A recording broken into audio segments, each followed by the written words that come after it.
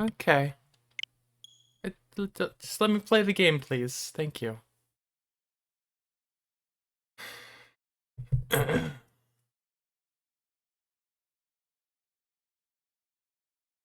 I'm still fucked up about what happened last time.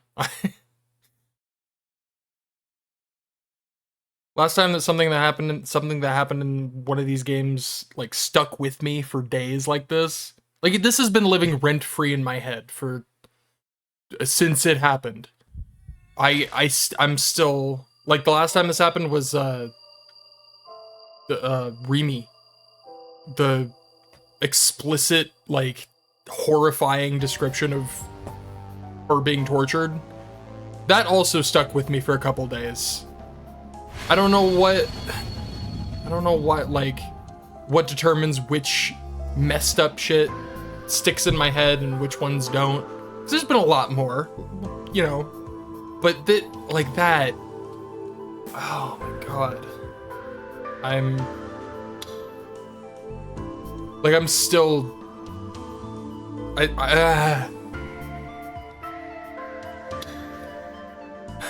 and yet I'm still entranced in the story of this story. But dude, my fucking heart. 4 days after Yui's death. The autopsy, the police interviews, all of that came to an end, and Yui's body was sent for cremation.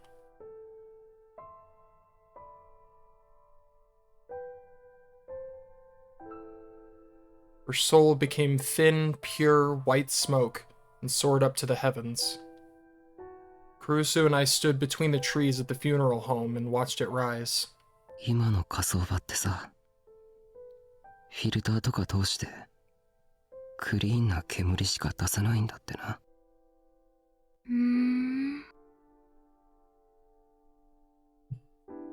I'd say something that didn't matter, and Kurusu would only half listen. We'd been doing that for a while now. Dad was probably in the room where the family waited for the cremation to finish, holding Yuto in his strong arms the whole time. Uki, Senri, Arimura, and Kazuki were probably watching, but they couldn't do anything. Senri? I don't think that's the name they meant to use. あんなに悲しくて涙が止まらなかったのに。I assume they meant Serika, right? 今はもう平気なの。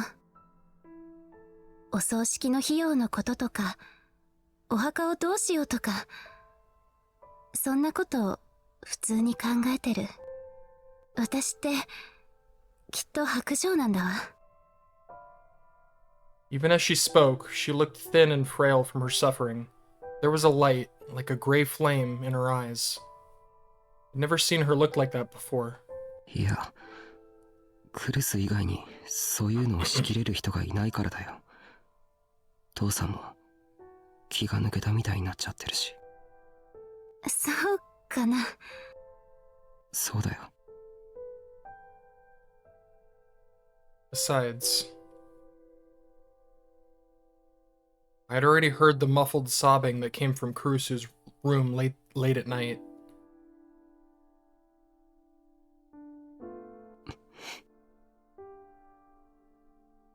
After that, I'd moved back to Aoba dorm from the RV. Kurusu, Yuto, Uki, and Dad, all of them were shocked and saddened by Yui's death. If I were to leave them too, I couldn't bear the idea of a lonely Aoba dorm without me or Yui. And when I was alone, I found myself remembering Yui, and I'd feel like I was going to go crazy. So I wanted to be with someone I could share my sorrows with. I was about to learn that this was what the family I'd tried to abandon was for, but for now, my head was full of thoughts of finding the person who'd done this to Yui. タクル葬儀が終わったら少し休むといいわ。あなたひどい顔してる。それはお互い様だ。お前だってちゃんと休んでないだろ。だって夜眠れないんだもの。恐ろしい夢ばかり見てしまって、何回も飛び起きて。ね。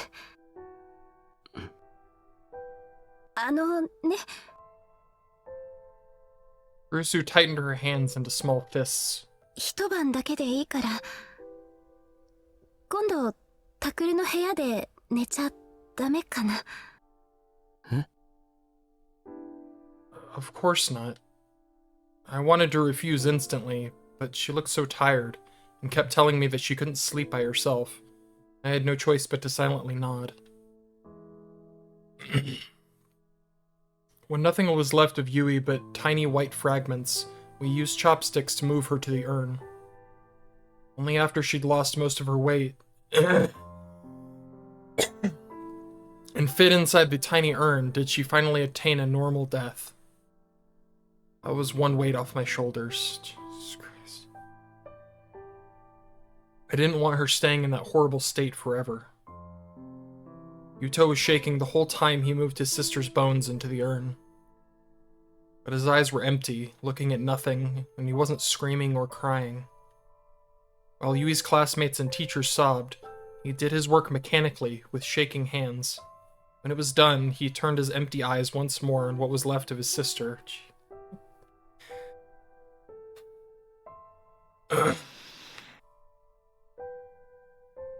ユウト、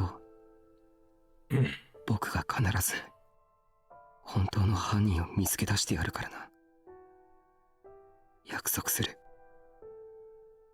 But he said nothing back.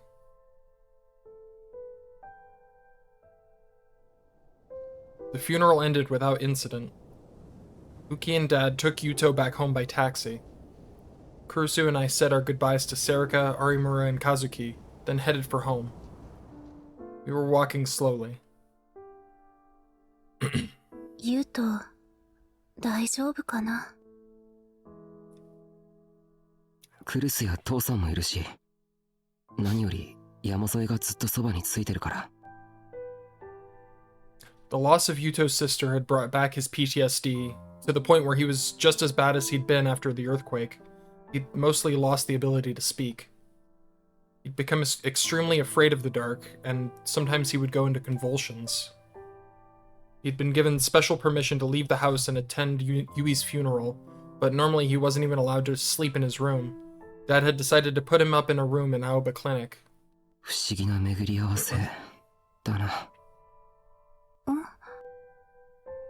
It was Uki Yamazoe who was doing everything she could to take care of him. It seemed like the reason we'd saved her and brought her to Aoba Dorm was so that she, Yui's old friend, could take care of him in his hour of need. When I told her that, Kurusu looked sad. It's just a coincidence, was all that she said. ね、タクル。そのウキちゃんのことだけど。ん？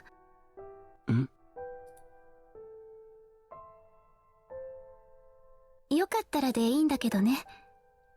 そろそろ名前で呼んであげてくれないかな。I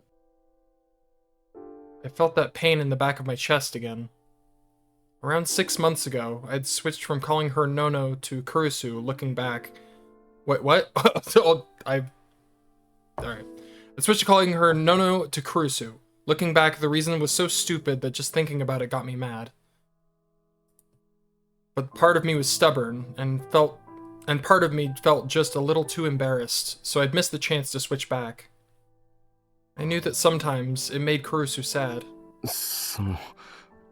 僕は別に構わないけど、山添はそれでいいのか？実はウキちゃんがね、そう言ってたの。みんなに名前で呼んでもらって嬉しいって。なんだかうちの家族になれたみたいだって。でもウちゃんには家族みたいじゃなくて本当の家族になってほしいなってそう思うからね。 Kurusu smiled, probably for the first time today. わかった。山添じゃなくて、ウキな。了解。ありがとう。彼女にも言っておくわ。タクルのこと名前で呼んでいいって。ああ。あと、それだったらさ。Then can I start calling you Nono again? Just as I was about to ask. 宮代くん、クルスさん。はい。 We suddenly heard a voice and turned around. That's Shinjo, right? Yeah. Shinjo was standing there. He must have felt responsible for what happened, because there was no sign of his usual vitality. He mostly stared at the ground. すまない。葬儀に出ようと思ってたんだが、間に合わなかったみたいだね。そんな気を使わなくていいですよ。お仕事相変わらず忙しいんでしょ。今日は病院での検査に思ったより時間がかかってしまって。検査？伊藤君の Yeah. だよ。The silence that had developed between Kurisu and I shattered in an instant. 意識が戻ったんですか？ Oh, I assumed he was dead. 合わせてください。お願いします。 But Shinjo shook his head. いや、依然昏睡状態のままだ。そうですか。でも脳の検査結果は予想通りだったよ。肥大化が？ああ、大脳新皮質が異常に大きくなっている。久野里さんの見立てだと、これまでに見たどんな患者よりひどいそうだ。それだけ長期間にわたって、しかも強力な思考誘導を受けていたんだろうと久野里さんは言っている。じゃあ伊藤は無実ということになりますよね。I didn't want to think that my best friend had killed Yui of his own free will. I wanted to believe that he was someone's puppet, like Kurusu had said. 君たちの言うように彼の後ろには誰かがいるはずだ。少なくとも俺はそう思う。 But there was a hesitation in his voice. ただ実行犯が伊藤君であることに変わりはない。君たちや俺や久野里さんなら思考誘導がいかに強力なものか理解できるし、伊藤君には罪がないと言い切れるが、他の捜査員や検察、それに裁判所はそうはいかない。無論世間もだ。もちろんクルスさんの証言をもとに彼が洗脳のようなものを受けていたという線で捜査を進めているが、捜査員はみんな混乱してしまっている。とにかく不可解な点が多い上に裏付けすら取りようのないことばかりだ。すべてが常識の範疇を超えている。かといってギガロマニアックスだの超能力だの、そんな話をするわけにもいかないだろう。 Shinjo bit the corner of his lip. そのせいもあって今の捜査方針に疑問を抱き始めている連中が増えてきた。伊藤君に不利な証拠もいろいろと出てきてしまっていてね。どういうことですかそれ。例えばなくしたはずの君のスマホから伊藤君のスマホに脅迫まがいの無言電話があったろ。はい。 Wait, was that Ito? But how? 単純なトリックだった。彼のスマホに偽の着信と電話番号を表示するアプリがインストールしてあって、宮代くんの名前と電話番号が登録されていたよ。So that was it. Why didn't I realize that? I'd known there was a freeware app that could do that. I remembered hearing about how you were supposed to use it to end conversations with people you didn't want to talk to, or get out of meetings. That's genius. あと彼のパソコンから妙なチャットの履歴が見つかってね。チャット？君たちエド・ルーカスって名前に聞き覚えはないか？ Is this guy? Amy and Ed Lucas. エド・ Who are these ル people? カス。I apologize for being late. The test images spreading. Is this? Yeah, this is the one of the earlier ones. 誰ですそれ？ Both Caruso and I looked confused. Neither of us had heard that name before. それじゃあ、アミーちゃんは？あ、それなら、都市伝説の。 That was the character I'd snuck into AH Tokyo General Hospital to find when I was a kid. いや、そのアミーちゃんじゃない。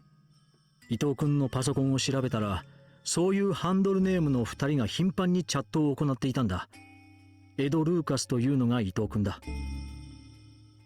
チャットの内容は一連の殺人や宮代君を監視しているような内容ばかり。犯行動機として十分すぎるくらいのね。Dude, he was under the control the whole time. そんな。でもそのチャット相手を操作すれば真犯人の手がかりに。 But Shinjo balled his hands into fists. もちろんサイバー犯罪対策課に調べさせたよ。その結果、アミーちゃんは存在しなかった。は？どういうことですか？アミーちゃんの正体も伊藤君だったんだ。彼は一人でチャットもどきをしていた。そんなバカな。どうして？これは久野里さんの説だが、伊藤君の心は長期にわたる思考誘導のせいですでに壊れていたんじゃないかと。だが法廷で思考誘導という能力の存在が認められない以上、非常にまずい証拠になる。犯人しか知り得ない情報が含まれているんだ。New rage was building up within me. Whoever did that to Yui had also put Ito's mind under so much stress that it had shattered.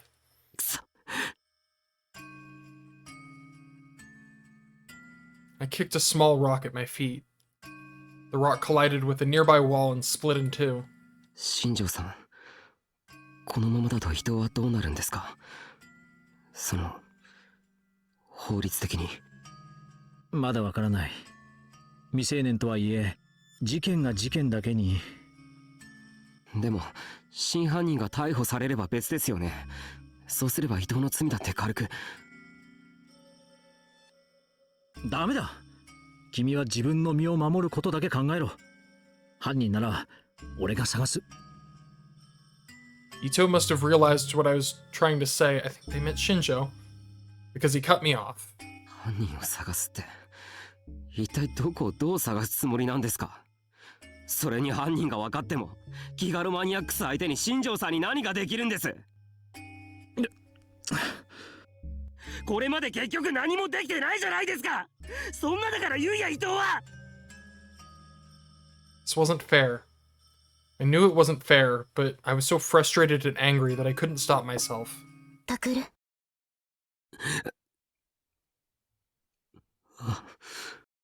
新庄さんは一生懸命やってくれてる。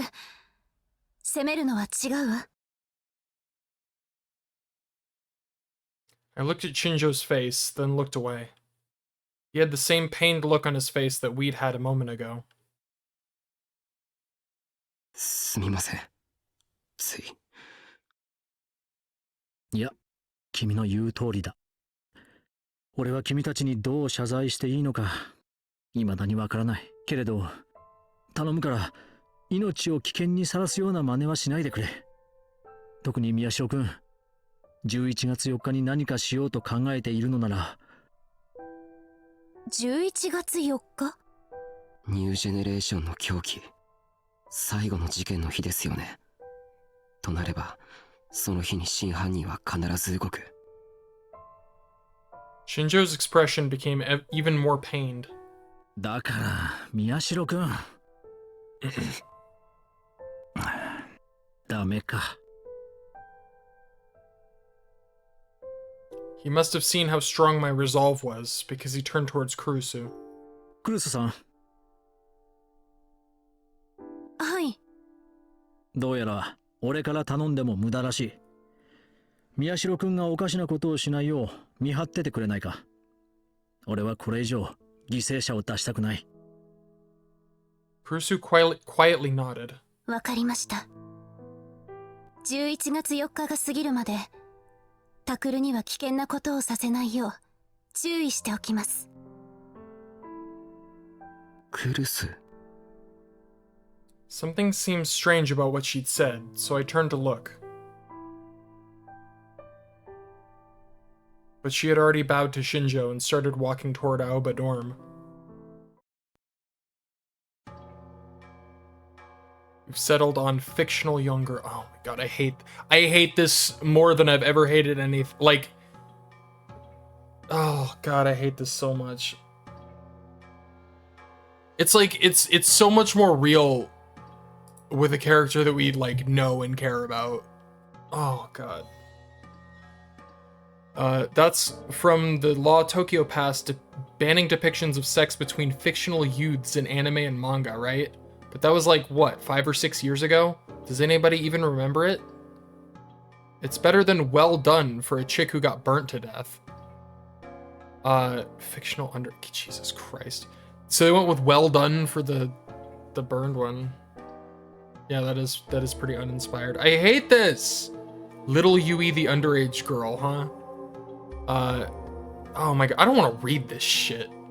Like, I hate it. I hate it a lot. Yeah, I'm skipping that one, because gross. Officer, there's a pervert in this thread. Anyway, oh, I'm at the bottom. The killer's not supposed to get caught. What do we do on a November 4th, lol? Why don't you do it yourself? Go make fictional young girl too? The police have been notified. You guys play too many H games. Alright. Yeah, that was upsetting. I hate this so much. Oh god. Yeah, that's me right now. That's, I mean, not quite, but gross. Just gross. I had to stop myself from smashing the newspaper club's computer monitor. I came very close to depriving Kazuki of her means of playing ESO 2. Serika, Kazuki, and Arimura were watching me in shock from a corner of the room. Yeah, it's... Yeah.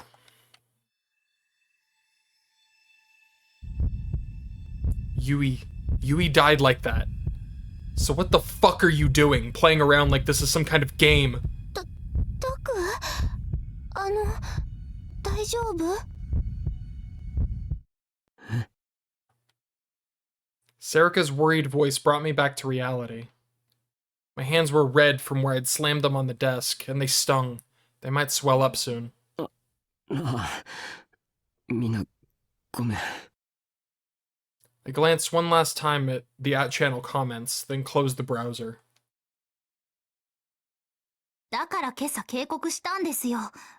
チャンネルはしばらく見ない方がいいって。うん。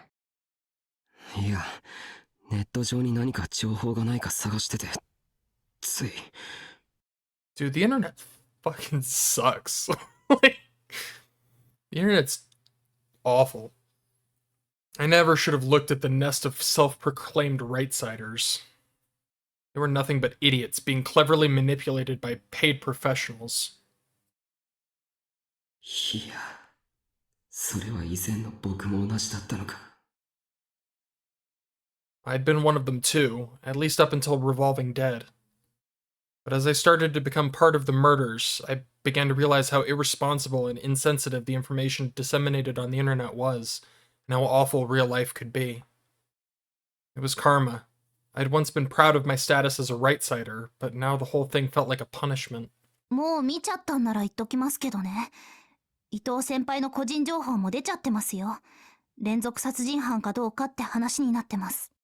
ほんの少し前は南沢千里のことで騒いでたくせに。 I stood and picked up the map we'd pulled off the wall. I put it back on the board.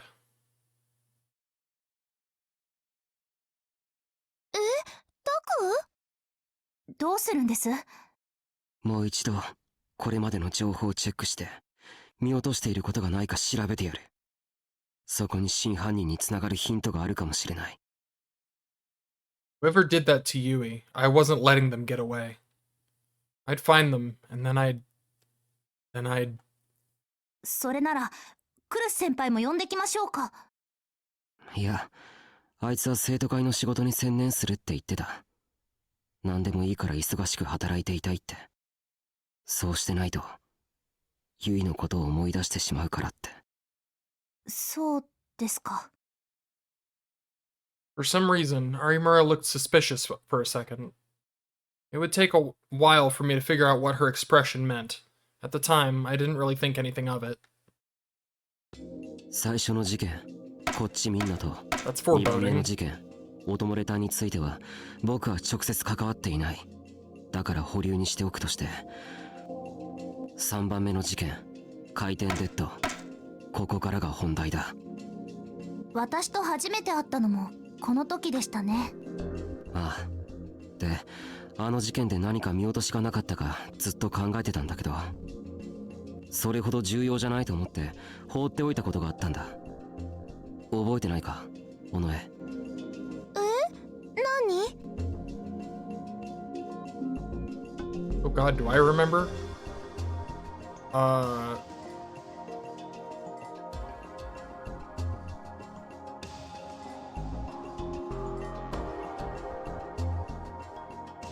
mean, we figured out why that happened, so that's not an issue. Should be hidden camera in the Love Hotel room that shows killer. I don't remember that ever being established. I might have just forgotten though. Police didn't stop us with uniforms in Love Hotel. I remember that. Is it that? That did happen, and that was kind of odd. 僕と尾上は Yeah. ラブホの中をこの制服で歩いてたんだ。普通なら補導されるだろうん、確かにそうですね。う。尾上がとっさにカップルのふりをしたからごまかしたと思ったけど、よく考えればやっぱり変だ。Yeah. 壁法の制服は目立つ。警官が気づかないはずないんだ。なのに僕らはそのままスルーされた。あの時違和感を覚えたんだよ。タクは考えすぎだと思うけど。いや、今思えばあの警官、犯人に思考誘導されてたんじゃないだろうか。思考誘導？何のためにです？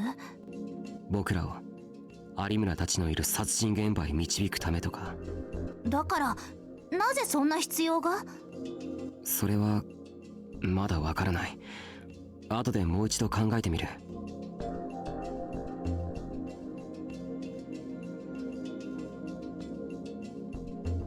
If the goal was to show me a brutal murder scene and lead me to Arimura, then why? その次の事件では、この学園でネット記者の渡部が殺された。この事件にも見逃しているポイントがある。あの時はそれほど不思議だと思ってなかったけど、よく考えるとなんかおかしい。おかしいって何が？あの時すでに渡部は有名なネット記者だった。それに比べて、まあこんなことは言いたくないけど、うちは有名でも何でもない、ただの高校の新聞部だろ。なのに渡部の方から僕らとのディスカッションを申し込んできたんだ。それって宮代先輩たちの方が力士シールについての情報が早くて、でネットでパクリだって騒がれた渡部さんが慌ててごまかしに来たんじゃないんですか？そうだったよね。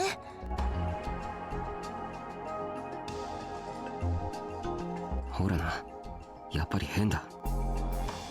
なんで？有村や尾上はそれほどヘビーなネットユーザーじゃないよな。ええ、まあ普通かな。そんな二人でさ今みたいに思ったんだろう。渡部が自分のパクリをごまかしに来たって。つまり僕らと対談なんかしても渡部の意図は見え見えで余計に炎上するだけだと思うんだ。メリットなんかどこにもないだろう。ああ、確かに。その程度のことネット記者としてやってきた渡部に計算できないはずがない。Someone as clever as him was capable of coming up with fresher information fast and changing the subject. The internet was always hungry for new things to talk about. Give them a few big scoops and they would forget all about it. じゃあどういうことなのタク。これは僕の考えなんだけど。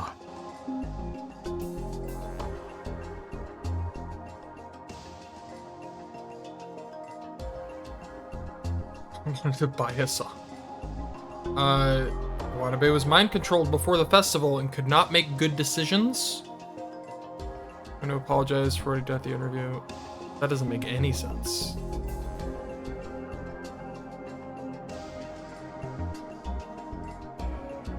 そう渡部自身すら気づいてなかったかもしれないけど、僕らに対談を申し込むよう思考を誘導されてたんじゃないかと思う。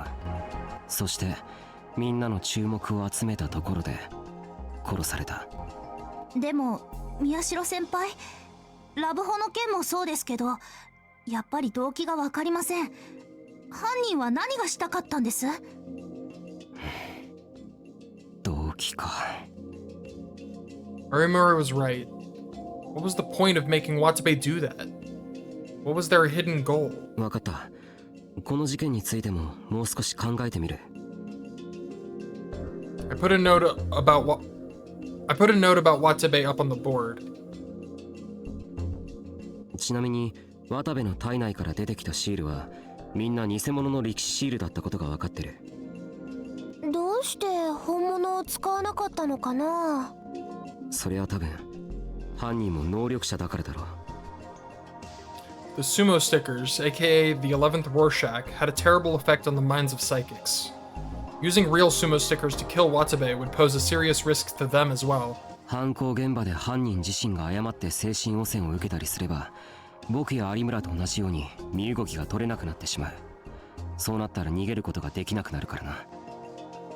確かにあのシールを見るとタクひどいことになるもんね。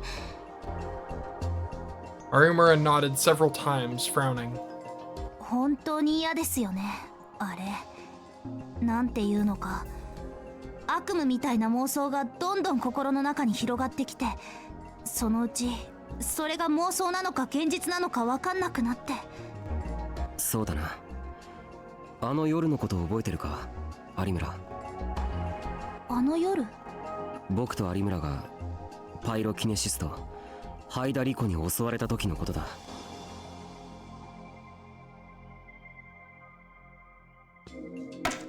あの夜は尾上もいたよな。確かお前が僕のトレーラーハウスに来て、のんちゃんの話を聞いてあげてってお願いした時だよね。でも私タクにそれだけ伝えて家に帰っちゃったからな。その後のことは。そうか。でも家への帰り道何かに気づかなかったか？何かって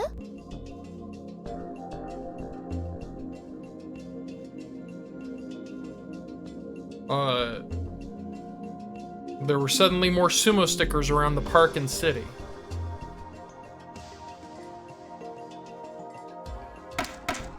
確かになんかあっちこっちベタベタ貼ってあったね。ああ、僕はクルスに会おうと思ってアーバ寮へ向かったんだ。ところが公園や街中の歴史シールの数がいきなり増えてた。Yeah, there were so many they crashed my game. しかも本物のシー It ル was crazy. 11番目のロールシャッハが。そのせいで僕は精神を完全に侵食されそうになった。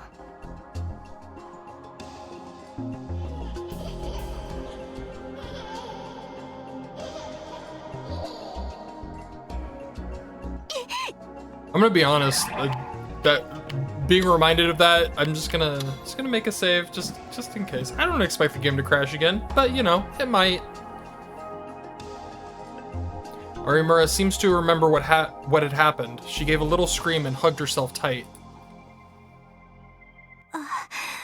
あの時期はいろんなテレビ番組やネットで力士シールが話題になってたんですよ。そのせいでどんな恐ろしいものか知らないバカな連中が面白がって張りまくってたんです。迷惑な話です。いや、よく考えてみるとネットやテレビのせいじゃないような気がするんだ。I mean, they were real ones, so it'd be weird for like just randos to be putting them up, right? If they were the real ones. どういうこと？ I faced the rest of the group and chose my words carefully as I tried to figure this out for myself. あの夜もそうだけど、僕はネットニュースやテレビが力士シールを話題にするたびにずっとチェックをしてきた。でもニュースで扱っているのはどれも偽のシールばかりだったんだ。本物の力士シール、11番目のロールシャッハ画像はほとんど出たことがない。つまりテレビやネットのシールを真似て喜んでいるような連中は実は本物がどんなデザインなのか知らないんだよ。そんな連中の作ったシールなんていくら大量に貼ってあっても怖くもなんともないだろう。じゃあどうしてあの夜は？おそらく真犯人がやったんだ。自分も精神汚染されるかもしれないのに、そのリスクを冒してまで本物のシールを貼って回った。その目的はおそらく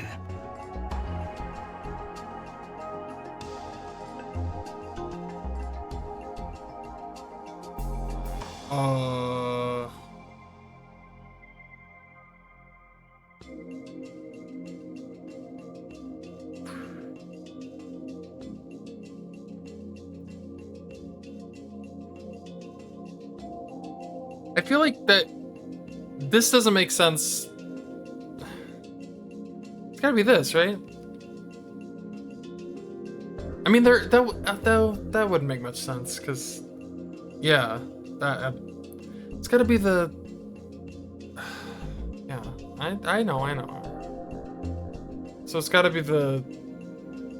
Why? But why would? I don't understand how that would. I mean, I guess I'll explain it. I don't know. あの夜、 Yeah, I know. 僕らはひたすらシールから逃げ回って、行き着いた先にあのハイダリコって人が現れた。なるほど、そうですね。 Doesn't make a whole lot of sense to me, but it makes enough that つま I'll り犯 just. 人はシールを使ってハイダリコが待ち受けている場所へ僕らを誘導したんだ。そしてハイダリコは僕らを襲ってきた。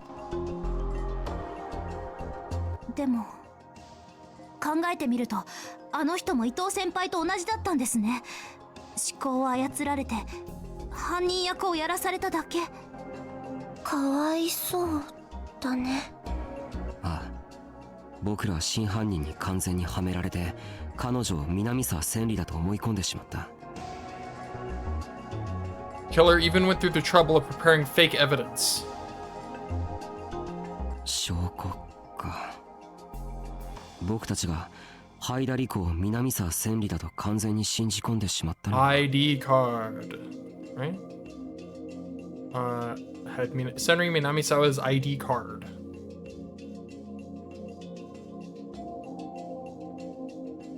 南沢千里の ID カード、あれには完全に騙された。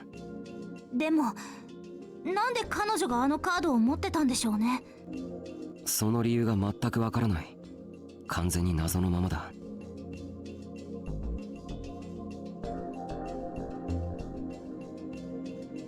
思うんですけど、やっぱり本物の南沢千里が生きててハイダリコに罪をかぶせようとしたんじゃ。でもクルスはそんなことありえないってずっと言ってる。クルス先輩は南沢千里をかばってるだけだと思います。下手をすれば共犯かもしれませんよ。お前、言っていいことと悪いことがあるぞ。I almost screamed at Arimura. She trying to tell me that Kurusu worked with the killer to do that to Yui? Akazuki grabbed my shirt and stopped me. She shook her head as if telling me to calm down. たく、怒鳴らないで。怖いよ。ああ、悪い。有村もすまなかった。いえ、こっちこそ軽はずみでした。でも宮代先輩、疑うのであれば全てを疑ってみるべきです。以前クルス先輩が私の前で嘘をついたの覚えてますよね。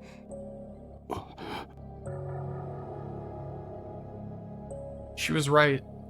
Kurusu had insisted that Senri Minamisawa was dead, but she hadn't actually seen her die. もちろん私やセリ、花も例外じゃないですよ。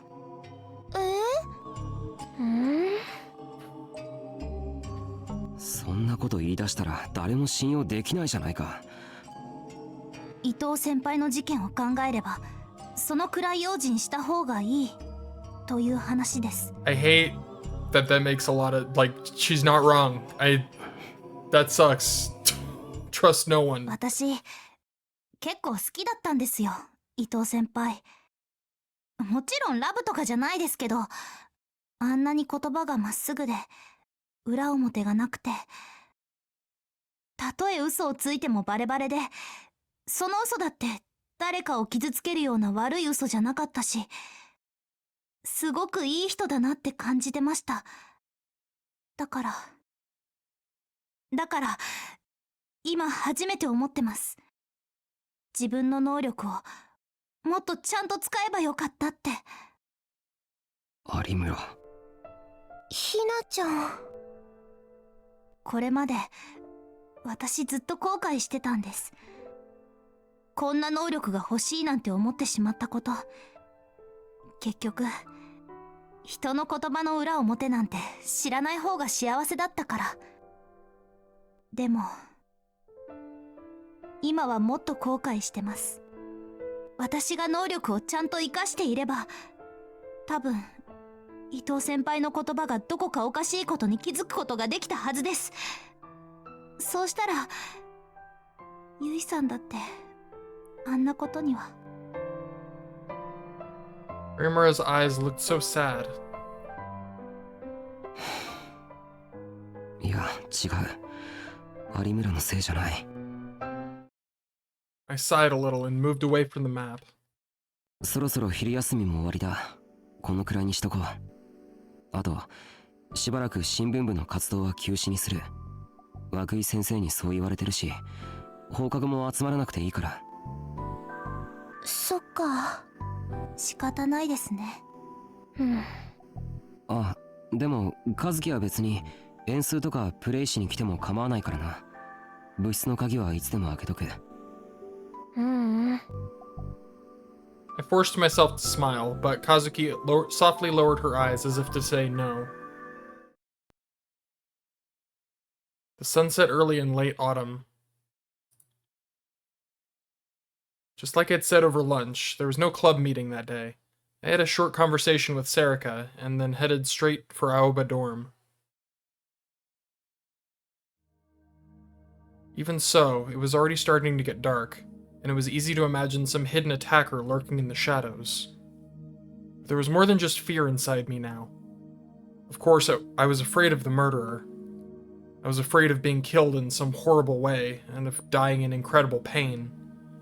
But I could also feel a black rage rearing its ugly head inside me.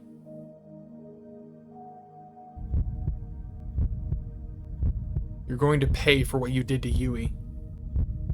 Whoever the fuck you are, I will find you and I will something you into tiny bloody little shreds. I really wish that these didn't go off the screen.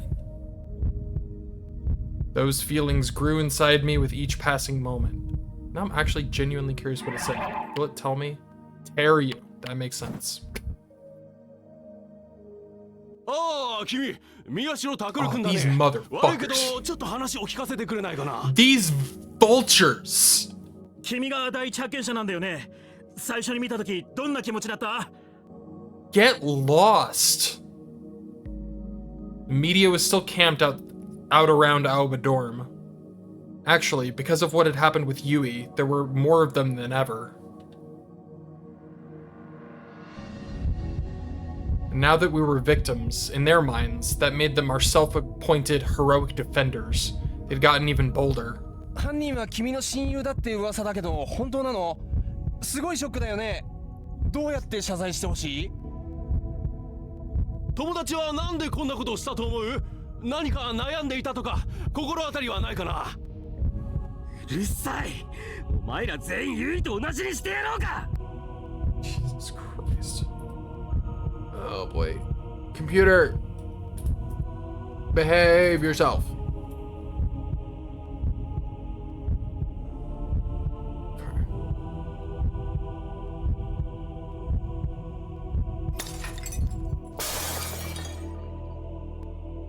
Several of the lights the reporters were holding shattered at the same time. Oh no.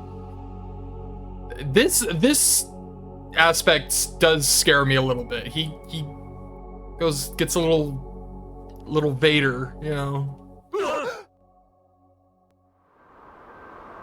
Oh, hello. Then I suddenly came to my senses, shocked at the strong impulse I'd felt and the eerie light that the D-sword was giving off. 今日はまだ11月2日。問題の日は明後日だ。それまでは大丈夫。何も起こらない。何も。I pushed my way past the media and ran inside the dorm, repeating the words as if they were a magic spell. ただいま。 I tried to calm myself down and act like nothing had happened. If Yuto heard yelling, it would wake him up. おかえりなさい。タックルさん。I could see tiny little Uki from the kitchen.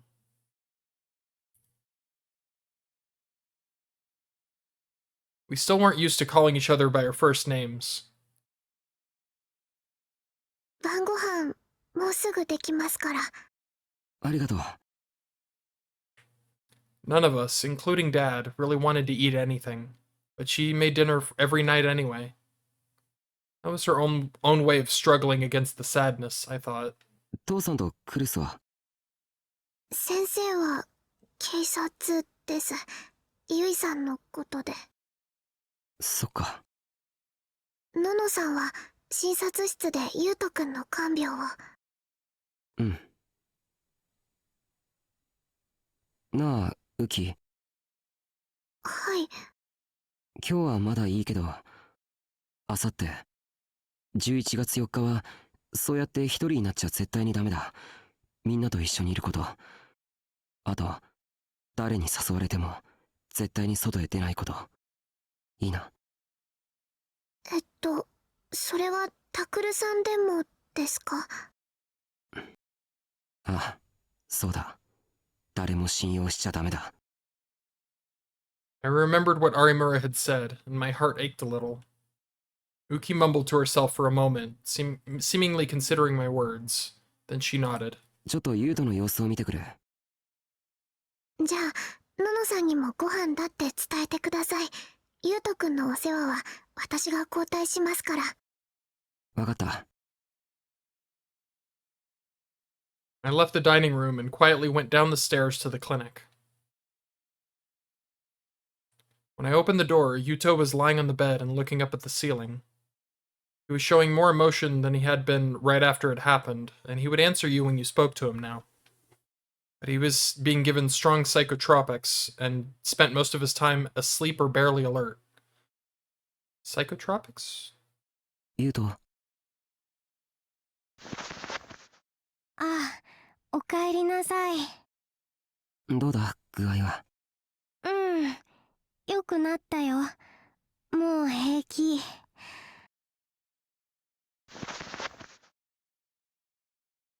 He forced himself to smile, probably because he didn't want to worry me. But the muscles that controlled his face weren't working the way he wanted yet, and it looked more like he was about to cry. クルスは？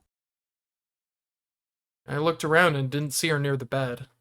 あっち。今眠ってるから、そっとしておいてあげて。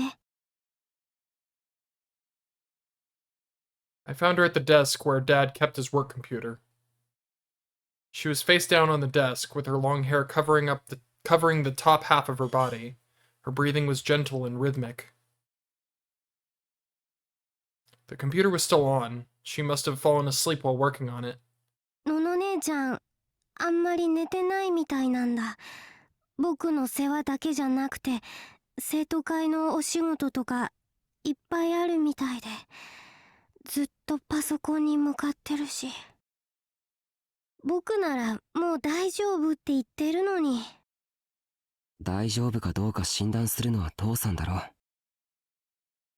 そうだけど。お前はあんまり難しいこと考えるなよ。早く元気になれって。Neither of us would bring up Yui. We'd probably have to wait until Yuto was a lot more grown up. I tapped him on the shoulder, then grabbed the blanket off the other bed and softly walked over to Kurusu. Even with the heater on, I figured she might catch a cold if she slept in a place like this. But fell silent when I saw what was on the computer screen. Oh god, what? It was displaying several sites that dealt with the return of the new generation madness. That guy. And at the very front was the video from Don't Look at Me. It was paused at the moment where the victim realized he'd sliced up his own arm and passed out in a puddle of blood, tears, and drool. There was a newly bought notebook next to her, filled with words in her pretty handwriting. Some of it was names, locations, and times that overlapped with what we had on the map in the club room wall, but Kurusu had made several sharp insights of her own. For example, Incident 2. Why didn't the victim put on makeup for her last street performance? The mind controller is male? He didn't consider that a girl would need to put on makeup? Senri's ID card. No one but me knew that I buried it under the memorial in remembrance of her. The killer had to read my mind to dig it up. The killers can read minds. Which means there are two killers, one who can read minds and one who can control minds. Supports Takeru's multiple killers theory. There was page after page of it.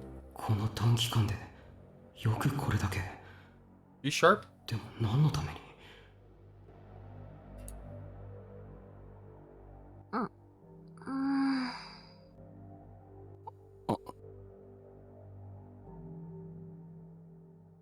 She must have sensed that I was staring at her, because she moved a little. Her almond eyes slowly opened and blinked several times. And then she raised her head and looked at me. ああ、なんだ、タクルか。おかえりなさい。ただいま。ほら、毛布。風邪ひくぞ。やだ、私居眠りしちゃってたのね。ありが。 And then she seemed to realize her mistake. She quickly reached out her hand to turn off the computer monitor. I grabbed it. ね、タクル、これは。 I refused to let go of her hand. 一体何なの、タクル。それはこっちのセリフだ。さっきのあれが生徒会の仕事だっていうのか。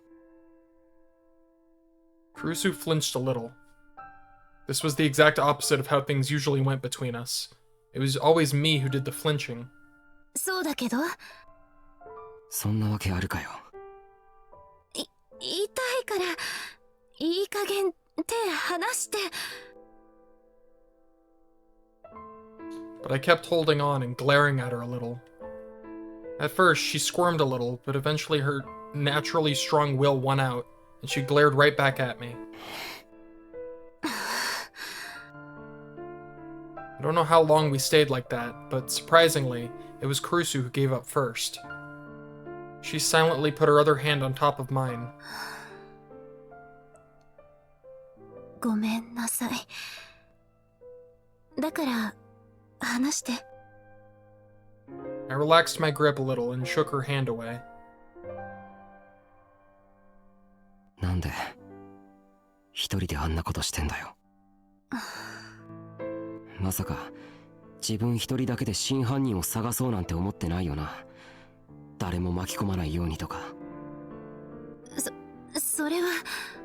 僕が同じようなことをしたら怒るくせに自分はいいのかよ。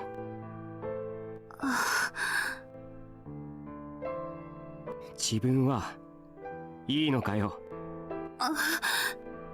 もしも犯人に目をつけられてユイみたいにされたらどうするんだ。そんなの冗談じゃない。タクル。 Rusu fell silent for a second after I spat out the words. And then she started to talk, hesitantly, as if she were uncertain of how to say what she was thinking. 前にタクルが言ってたでしょ。事件が自分のことを追いかけてきてるみたいだって。ああ。私もそうなの。この事件に千里が関わってるって知った時から、私はいつも彼女に追われてる。Senri. Senri Minamisawa? What did she mean? She was following her. Didn't she say she died in the Shibuya earthquake? Then that was a lie, and Senri was not after not only me, but Kurusu?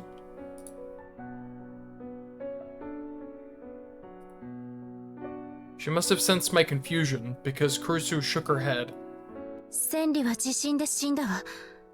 それは間違いない。私を追いかけてくるのは、なんて言ったらいいのかな。彼女の亡霊なの。My mouth hung open as I struggled to understand what she just said. I never imagined she'd use an unscientific word like ghost. なんだよそれ。意味がわからない。ごめんなさい。今はまだこれしか言えないの。話す勇気が出ないから。Her face twisted in sorrow. そうか。クルスにはまだたくさん僕に言えないことがあるんだな。By the time I realized what I'd said, it was too late. The pain in my heart had come back, and the words had slipped out of my mouth. Even after I'd sworn I was never going to say those words to her again. Just like I'd expected, she looked even sadder. クルス、違うんだ。今のは本心じゃない。けど前にも言っただろ。今の僕はもう昔とは違うって。それに僕はちゃんと今ここにいるじゃないか。まだ怒ってたり嫌ってたりしたら戻ってくるはずがない。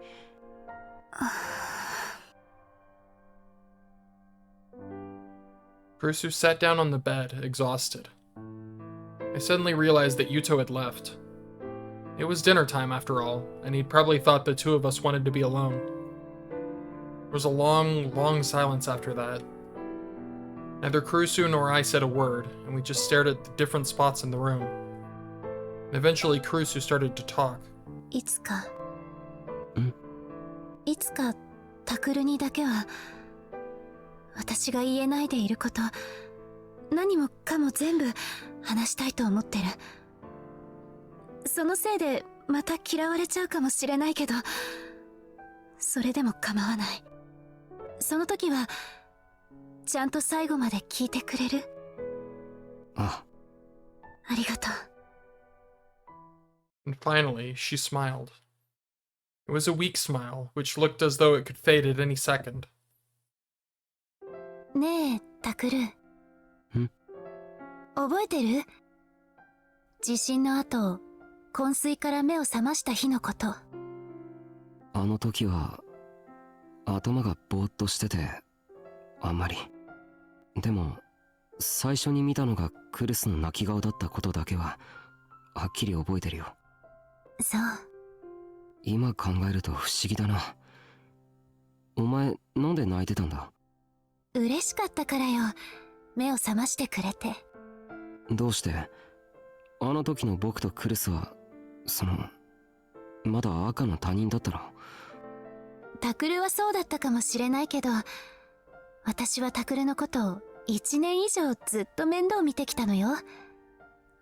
私にとっては大切な家族の一員になってたもの。The fragile smile was still on her face. だからお姉ちゃんはタクルのことなら何でも知ってるのよ。恥ずかしくて他の女の子には言えないようなことまで全部ね。やめろよ。そういうこと言うのはなしって約束だろ。そうだったわね。ごめん。もう言わない。And then there was another silence. It was as if the two of us were trapped by memories of the past and had forgotten that time even existed. あの、 And then time started to move again. In the form of Uki. そっか、晩ご飯ほったらかしだった。悪い。いえ、すぐに温め直しますから。ごめんね、ウキちゃん。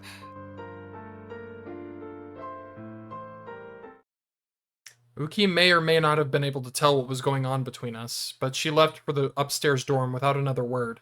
タクル、先に行ってて。わかった。あ、クルス。As she got up for the bed and headed for the dorm, I called out to her. 何？ Her soft chestnut hair flew upwards as she spun around. 僕はさ。 As I looked into her beautifully colored eyes, I was finally able to say it. もう家族の誰も失いたくないんだ。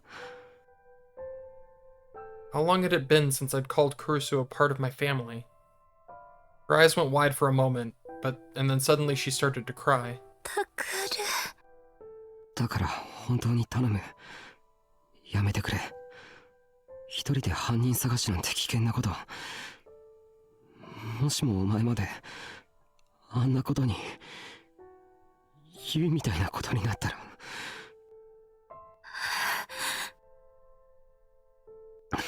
あれ、情けないな。泣くなよ。僕は情けない。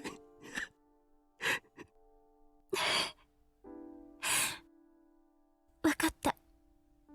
もうしない。だからお願い。タクルも約束して。私を残して行ってしまわないって。私を置いて消えてしまわないって。私耐えられない。こんなに悲しいの耐えきれない。 She probably didn't even know what she was doing, but she ran up to me and buried her face in my chest, wrapped her arms around me as if she refused to let me go.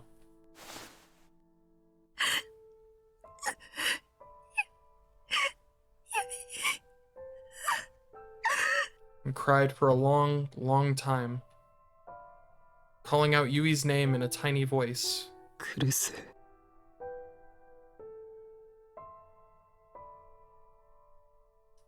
Until now, I'd always been bothered by the idea of family. I thought it was just a heavy, annoying chain that kept me stuck in one place. でもそうじゃなかった。 Dad, Yui, Yuto, Kurusu, and even Uki now. They were all part of my family. It was only then that it really hit me that Yui was gone forever. And I held Kurusu's frail body tight and cried like a baby for a long, long time.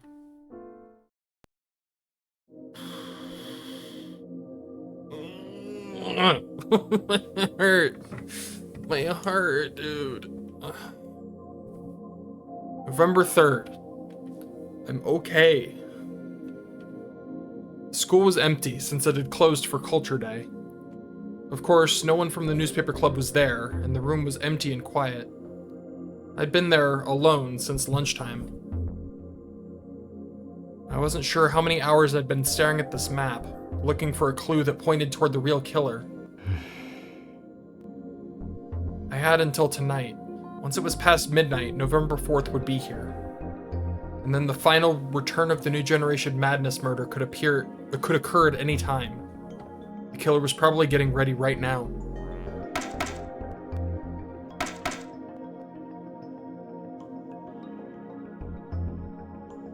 Who was their last target? Was it me, Arimura, Uki, or someone I didn't know at all? Arimura had already said that she would spend the night at Aoba dorm. I'd asked her to stay with Uki and the others at all times. With her power, we should be able to avoid a repeat of what happened to Yui. Unless she's the one who gets mind controlled, in which case we're fucked. I ごめんなクルス。僕は嘘つきだ。I would find the real killer and make sure they came after me. And then I'd take revenge for Yui. This is a terrible idea. Yesterday, I'd spoken with Arimura and the others and gone over the things that didn't make sense. When we talked, there were a few things we'd left to come back to later.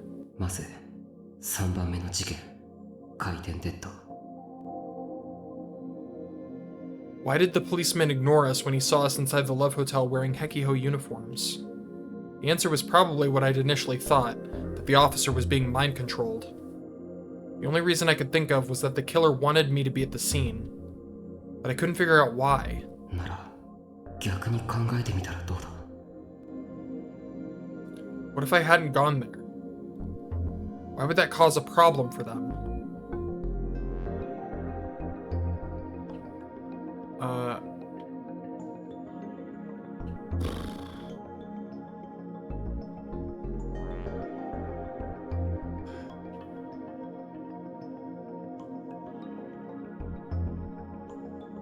I might not have noticed the connection between the stickers and the case? Stickers...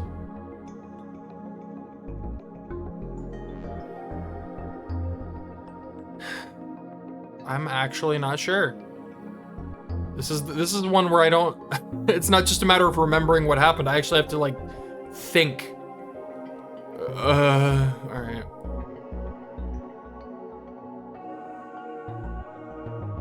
That's right. I'd taken that video without even thinking about it, and after analyzing it 100 times, I'd found the sumo sticker. And then I'd found the other stickers at the other murder sites.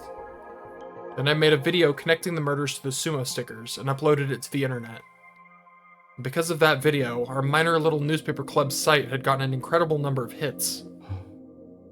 いや待て。じゃあ犯人は新聞部のために僕はあの現場へ誘導したっていうのか。そんなバカなことあるわけないだろ。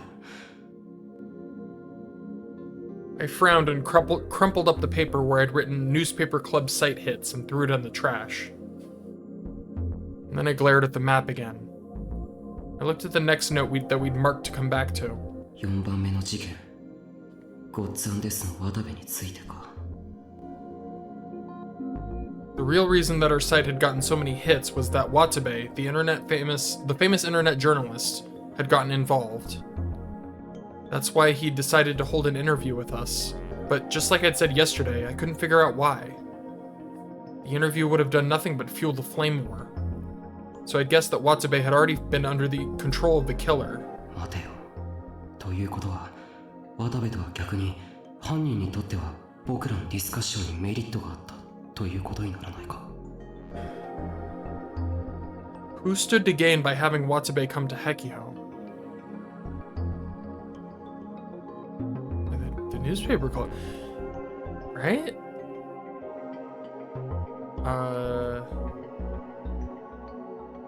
Right? The lit club, obviously.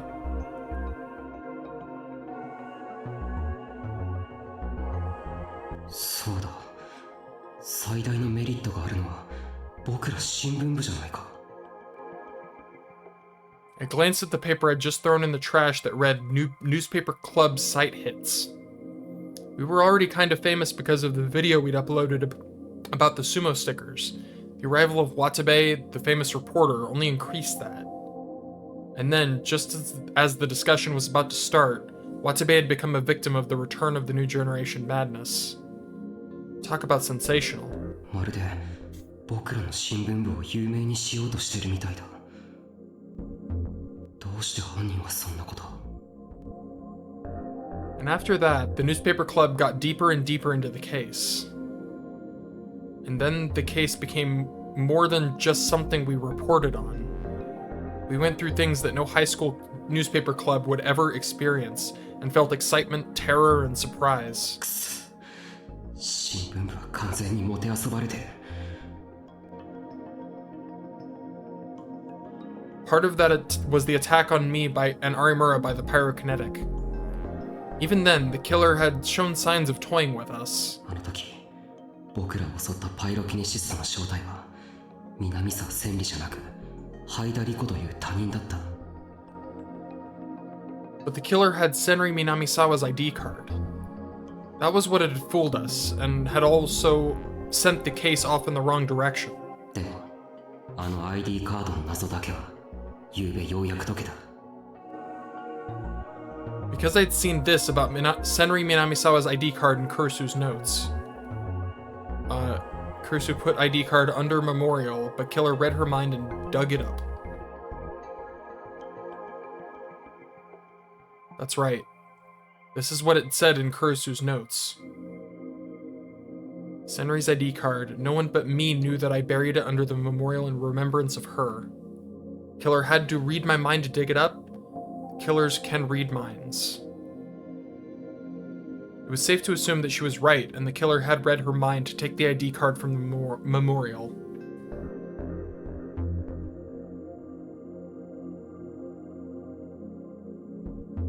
But what was the reason? 真犯人はどうして南沢千里が僕を襲ってきてるように見せたかったんだ。一体何を狙って。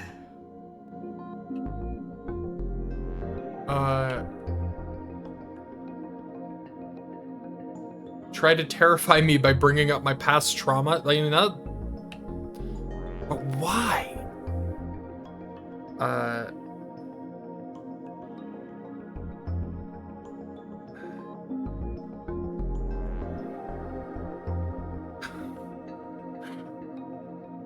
That's right. It felt like the killer was using Senri Minamisawa to take advantage of my trauma. In fact, I felt terrified many times because of that. いや、ちょっと待ってくれ。ってことは、 I spoke aloud without even realizing it. 真犯人の狙いは新聞部じゃなく、この僕だっていうのか。そんなバカな。 There was no way they could have committed all these murders just to mess with me. It made no sense, and it was far too elaborate. And for all the effort they put into it, there was something that didn't make sense about the incident with Ito and Yui. That was... too pathetic to be a motive. From the order, Uki, not Yui, should have been the next target.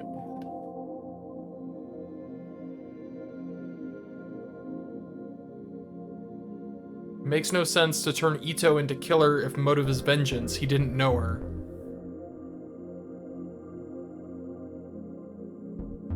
そうなんだ。あの事件、伊藤を犯人に仕立て上げる意味が全くない。いや、それどころか、伊藤を犯人にするのは明らかに間違ってる。If the point was making it look like this was Senri Minamisawa's revenge, there were other people who would make more sense. For example, though it was scary to even think about it, Senri Minamisawa's best friends, Kurusu and Kawahara. If one of them had committed the murder, the police never would have become suspicious at all. It's possible that we might not have even figured out that mind control was involved. The whole thing could have ended with the assumption that it was a plot to get revenge for an old friend. なのに、犯人はどうして無関係な伊藤を選んだ？ And why did they make him tell lies that would easily be found out? What was the point? なんだか、伊藤はあくまでも操り人形で、最初から真犯人が別にいると告白してるみたいじゃん。 Then I suddenly stood up from my chair. それが狙いなのか。 The killer deliberately chose Ito, who had no motive at all, to commit the crime. Of course, we'd realized that immediately and started looking even harder for the real killer. But none of the cops, except for Shinjo, would believe in psychic powers. Add in the media's speculation, and the public's confusion and interest would only grow. That was exactly what had happened. More and more pundits and commentators were arguing over whether Ito, whom they always called Boy A, was really the killer. And of course, multiple threads showed up on 8chan, simultaneously declaring both his innocence and his guilt. There were even threads speculating about who the true killer might be, and they showed no signs of stopping. And tomorrow was the 4th. From midnight tonight to midnight tomorrow, the whole city would be waiting with bated breath to see the killer's next move. これが全て犯人の思い通りだとしたら It was like they were challenging me to a game. They lured me in with the return of the new generation madness, which they knew I'd taken interest in. They used Senri Minamisawa to drive me into a corner from which I couldn't escape. They were moving everyone around for their own ends, both wrong-siders and self-proclaimed right-siders, like chess pieces on a board. They wanted me, the other player, to try and stop the last murder on the 4th. I put my hand on my forehead and stared at the map, unable to believe it. たったそれだけのために That's crazy. They killed all these people for that? That's why they did that to Yui? 違う妄想だこんなの全部僕の妄想に決まってる I could hear that I was whispering to myself. そうさこの犯行の裏にはもっとすごい陰謀があるに違いないんだ社会全体を揺るがすような壮大で緻密な陰謀が We'd been caught up in that huge plan, and that's why this was happening to us. That had to be it. Suddenly, I heard the sound of a ringing phone. That would scare the shit out of me. I quickly looked around for the source. It was my smartphone, which I'd kept inside my bag. He needs a better ringtone. This ain't good for your heart, my dude. I quickly pulled it out and looked at the screen. 新庄さん Shinjo had been visiting Ito in the hospital every day since he was the one in charge of Yui's case. Could you answer the phone? I don't want to have to talk over it. If he was calling, that meant I forced myself to stay calm as I hit the answer button. 宮代君かはい伊藤目を覚ましたんですか That is the worst ringtone ever. ああ2時間ほど前だ2時間ってなんでもっと早く知らせてくれないんです無茶を言わないでくれ他の捜査員が病室を出ていくタイミングを待ってたんだこうして君に電話してること自体処分物なんだからなで伊藤は無事なんですねああ意識レベルは改善されてきた話もできるただどうだ久野里さん I could hear Kunosato's voice on the other end of the phone. 大脳新皮質だけでなく海馬や言語中枢にもダメージを負っている無理をさせたらその後のことは知らないぞという状態だそれでも伊藤君がどうしても君と話したいと言ってるはいいいか変わるぞはい I gulped down the saliva in my mouth. Suddenly, I felt a terrible uncertainty in my heart. What was I supposed to say to Ito? Even if he had been mind-controlled, he was still the one who chopped up my little sister. I hate that phrasing. I hate it. I hate how accurate it is. But I didn't hear any sound coming from the phone. 伊藤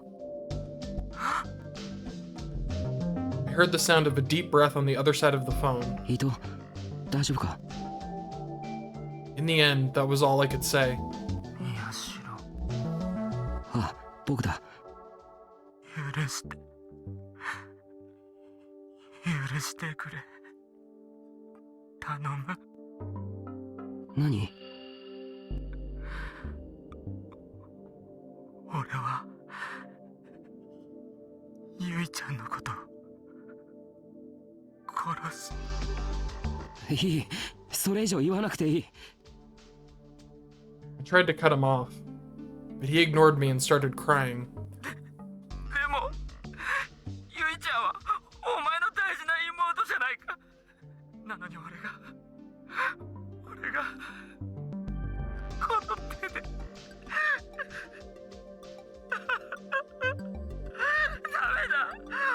死んだくらいじゃこの罪は償えないだろ宮次郎。なんだよそれ、死ぬとか言うな。しっかりしろ伊藤君。 Shinjo's yells overlapped with my words. いいか、僕はお前がユイにあんなことをしたとは思ってない。本当の犯人は別にいる。本当の犯人。ああ、お前は無実なんだよ。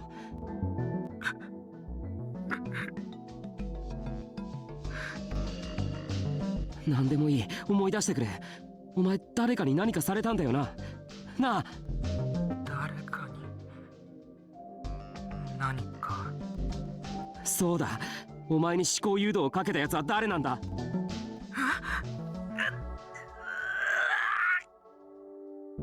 Suddenly, I heard him scream in pain on the other side of the phone. 伊藤、どうした？おい！ストップだ。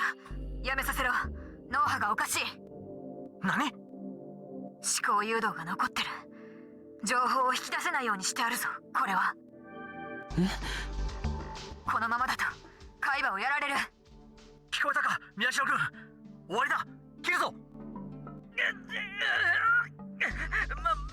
ってくれ。電話切らないでくれ。 Ito's screams cut him off. 思い出せそうなんだ。もう少しで何か。Ito! 伊藤君。伊藤、もういい、やめろ。 But Ito didn't stop. He was trying his best, enduring terrible pain, to tell me something. 宮代、あれは確か物質だ。物質？いつだったかわからない。俺の他にもう一人誰かがいて。ダメだ、もうよせ。うるさい。まだ宮代と話してんだ。切るな。伊藤。ゆいちゃんの敵が取れるなら、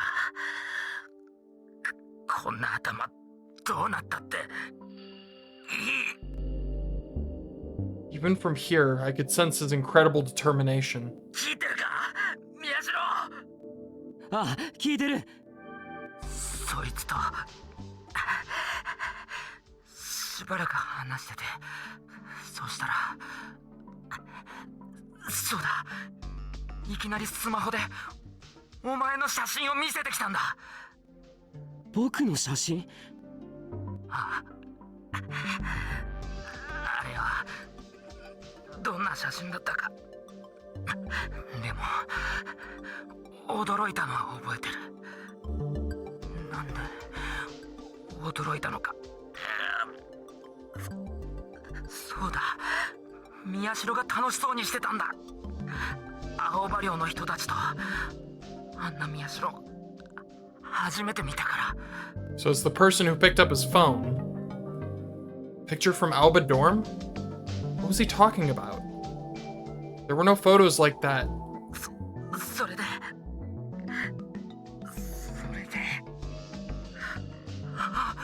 そうだ、そいつは笑いながら指さしたんだよ。この子を殺せって。 Yui. It was Yui. The killer had a picture of me and Yui together. それで俺怖くなって逃げようとしたら、いきなりドアからもう一人入ってきて、その二人が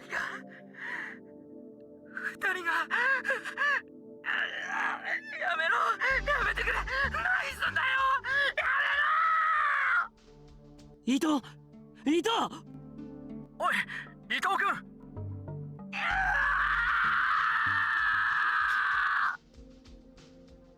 His mind had finally reached its limits. There was one last scream of terror, and then nothing. He didn't answer, no matter how many times I yelled his name. All I heard was meaningless mumbling. He didn't seem to know where he was or what he was doing anymore. 宮代君、残念だが、もう電話は。久野里さんに代わってください。いいから早く。A moment later, Kunosato answered the phone in a cold voice. 何か用か。お願いです。人を助けてください。こいつに無理をさせたのはお前だろう。今さら何を言っている。この事件が解決したら僕のこと実験台にしたっていいです。だからお願いします。I heard a mocking laughter in her voice. ほう。今の言葉、 Bitch. 確かに聞いたぞ。やりたければ勝手にしてください。だから糸を。わかった。できるだけのことはしてみよう。ただし、過度の期待はするなよ。Then she hung up the phone. No matter how many times I called back, she didn't answer. Maybe one of the other police officers besides Shinjo had come into the room. 糸。 At the very end, he'd endured terrible pain to give me that information. Thinking back, it was incredibly important. It was a winter evening, and still there was cold sweat forming on my forehead. So it's 2 people, at least, and one of them is the person who ended up with Miyashiro's phone. 伊藤に思考誘導をかけた犯人が伊藤と一緒にこの部室に。 I tried to drive my tired, exhausted mind to fit in this last piece of the puzzle. そんなバカな。 I swear to God, is it the まるで真犯人が。 is it the goofy teacher man? If it's the goofy teacher man, there's like that would be goofy. There's no way it's that guy, right? The guy who barely shows up. Like the real killer was one of us. That's an upsetting sound. I couldn't believe it. I didn't want to believe it. That was the hint Ito had given me. And if that hint was also... 犯人からのメッセージだとしたら。 The fact that Ito had woken up right before November 4th, the fact that he'd given me that information, it all seemed like part of the killer's next move. そっちがその気ならこっちだってやってやれ。 Even if it's just what you want, I'll find you. Ito's first hint. The killer was talking with Ito in private and in the newspaper club. Which meant that it was someone close enough to Ito to have a chat like that. しかも新聞部の部室にいてもおかしくない人物。 By process of elimination, who could I rule out? Which of these people didn't I suspect?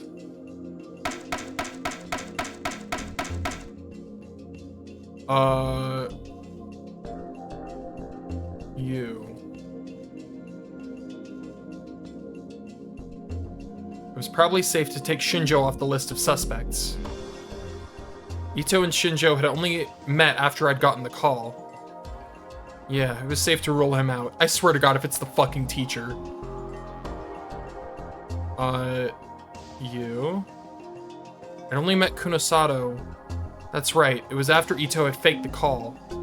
At that point, we'd never met. Which meant it didn't match with Ito's evidence.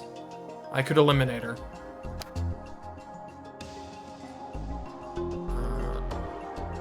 You? Yeah, I could definitely rule out Uki. There was that call from my missing phone that Ito had received. At first, I thought that was her doing, but now I'd known that Ito had done that by himself. If she and Ito were working together, there was no need for him to install that app. He could have just had Uki make the call. So I could rule her out.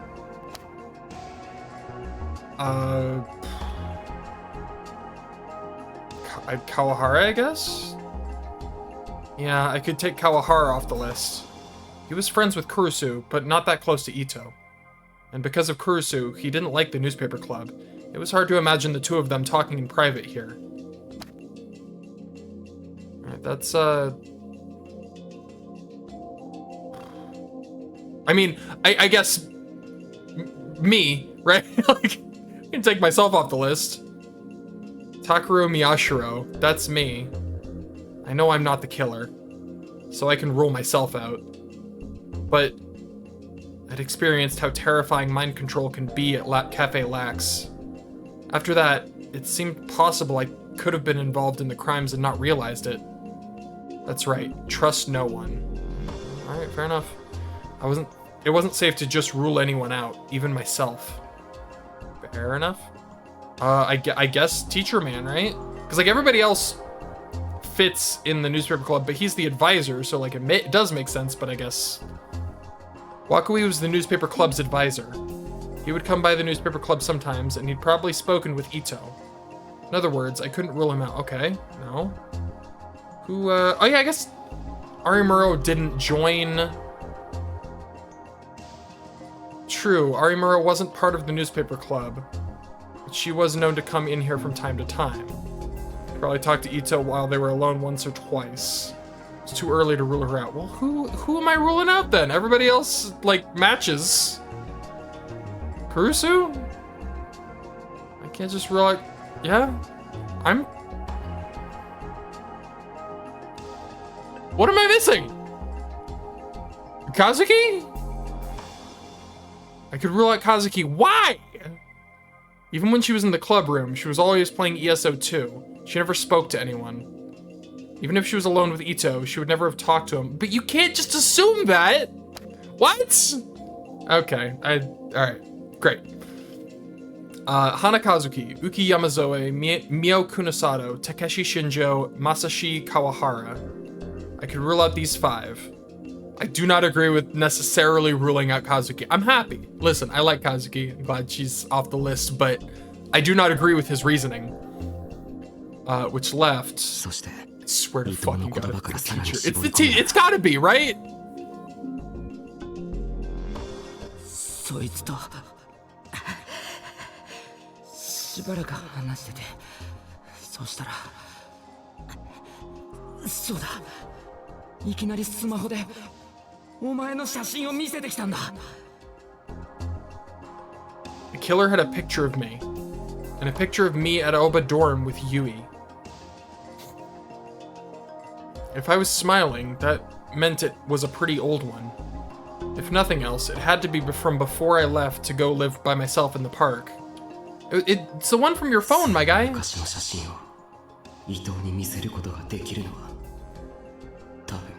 Kurusu also has that picture.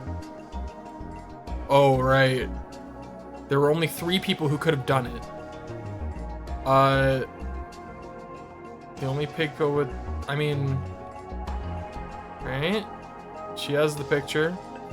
Kurusu would have pictures of everyone from Aoba dorm, obviously. And probably old photos of me, too. Which meant she fit the criteria of the real killer.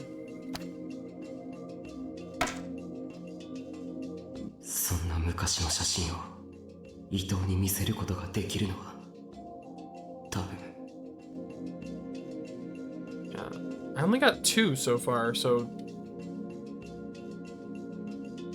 All my old photos of myself and the people at Aoba dorm had been lost along with my cell phone at AH Tokyo General Hospital. And that phone hadn't been found yet. In other words, since I didn't have any photos like that, I wasn't the killer. Okay, cool. For a moment I was relieved, but then I realized my mistake. When had someone begun controlling Ito's mind? I didn't know. Yeah, we don't have a time frame for that. Maybe it was from before I dropped my phone. So it was possible that I could have showed Ito the old photo. In other words, I couldn't rule myself out. Okay.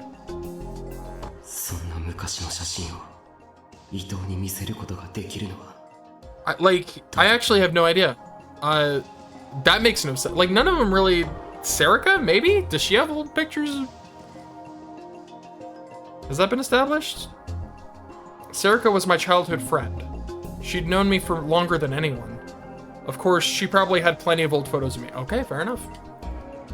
And when I lived at Aoba dorm, she'd come over almost every day. She'd gotten along with everyone. Of course, she'd have a photo of Yui, too. In other words, she fit the criteria to be the real killer. そして残ったのはこの3人か。 I don't like this lineup. I don't like it. I pursed my lips as I stared at the photos on the map. この中に真犯人がいる。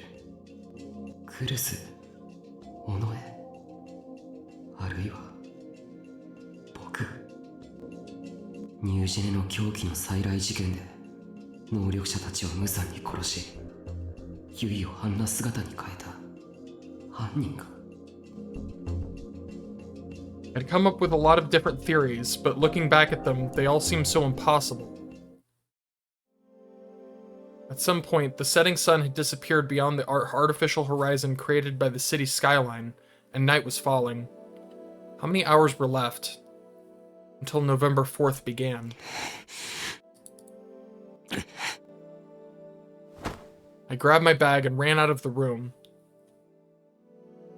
I wanted something, some form of unshakable evidence. Evidence proving who the killer い was. や違う、そうじゃないんだ。 That's not what I wanted. What I wanted was proof that neither Kurusu, Serika, nor I was the killer.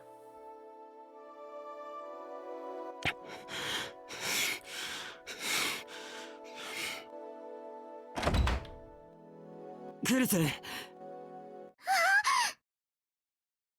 pushed my way through the media camps that still crowded around the clinic and ran inside, just as Uki was coming out of the exam room. She was holding Yuto's laundry, and she nearly spilled it on the floor when she saw me. タクルさん、ゆうとくん、お薬を飲んで、やっと眠れたんです。だから、お願いです。ああ。そんなに慌てて、ののさんに何か。大事な話なんだ。今どこに？さっきまで、私と一緒にゆうとくんのお世話を。今は自分のお部屋だと思います。そうか。 I reminded Uki to make sure that once the fourth began, she was never to let herself be alone. Then I headed up the stairs to the dorm. クルス、いるか？クルス。 I knocked on the door, but there was no answer. That was strange. If she was in the room, she should be able to answer. 入るぞ。 I softly turned the doorknob. It wasn't locked. I opened the door just a little and looked inside. The lights were off and the room was pitch black. もう寝たのか？ Maybe she wasn't feeling well. She tried her best to hide it, but ever since Yui had died, she'd been a mess. She wasn't eating much, and she clearly lost weight. It hurt to look at her. なあ、大丈夫か？父さん呼んでこようか？ I'm worried she's not here. She's not here. I spoke softly as I came inside and approached the bed. Huh? No one was there. She wasn't lying on the bed or the sofa or sitting at the desk. どこ行ったんだ？あいつ。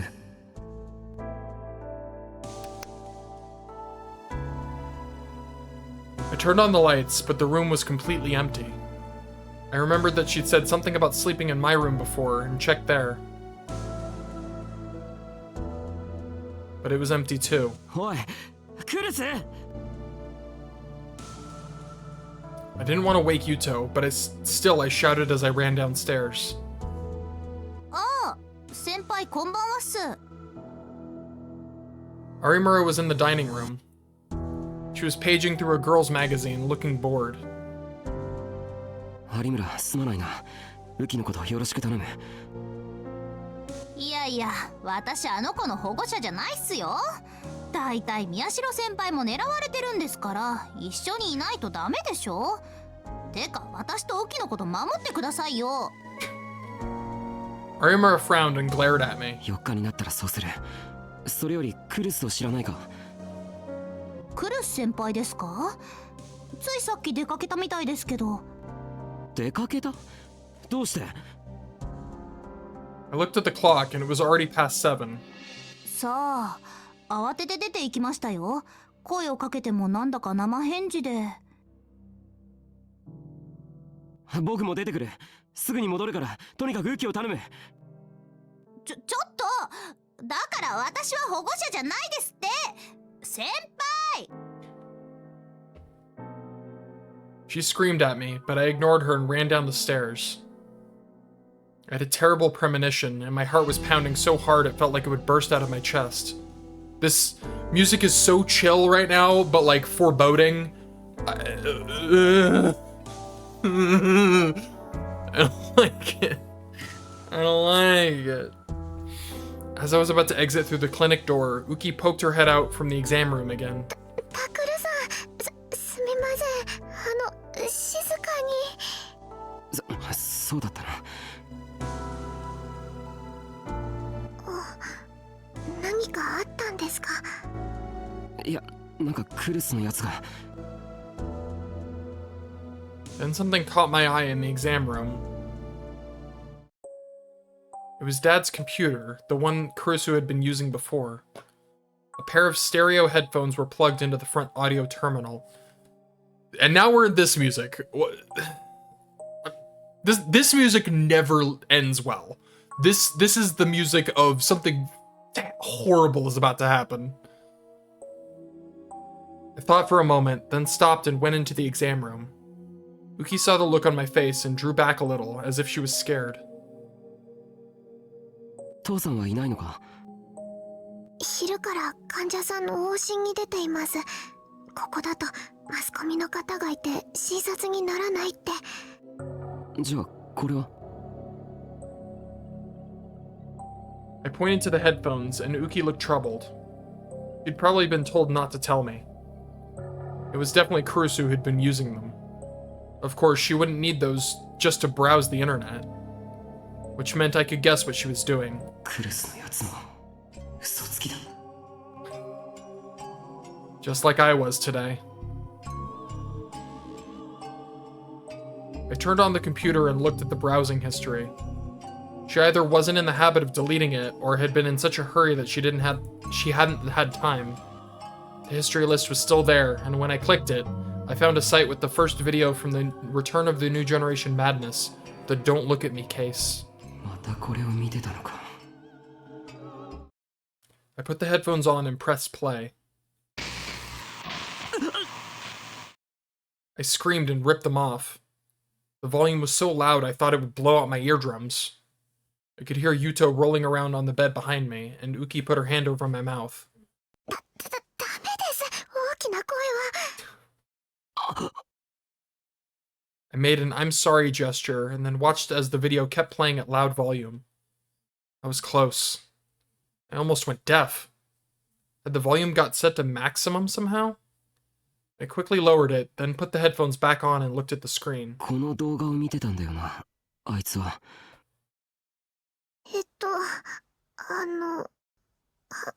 はい。Uki's voice was soft. She really had been told to keep quiet about it.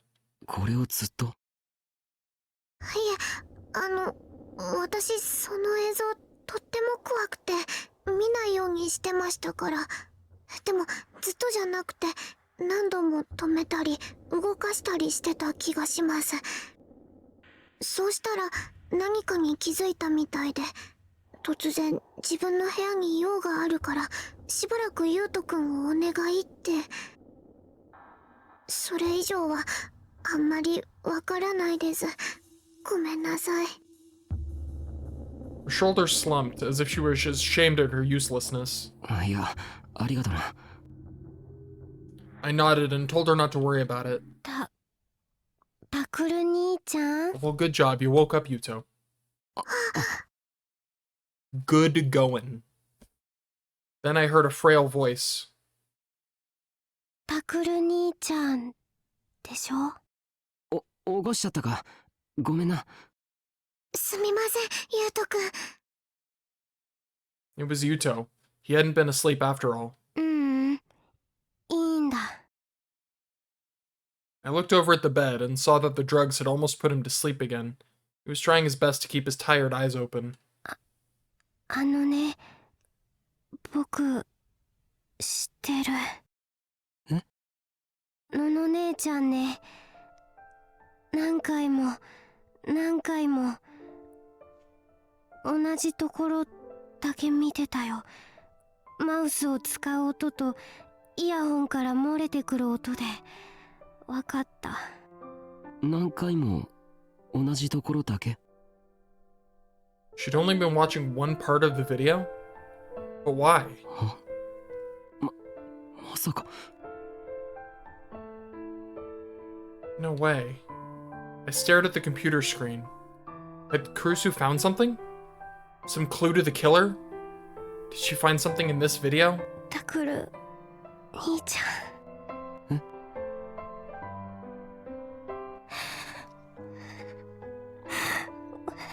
お姉ちゃんの敵を取れるかな。僕とお姉ちゃんをもう二度と会えなくした悪いやつ。I hate 捕まえられる this! かな。ああ、任せとけ。僕が捕まえてやる。絶対に捕まえてやるからな。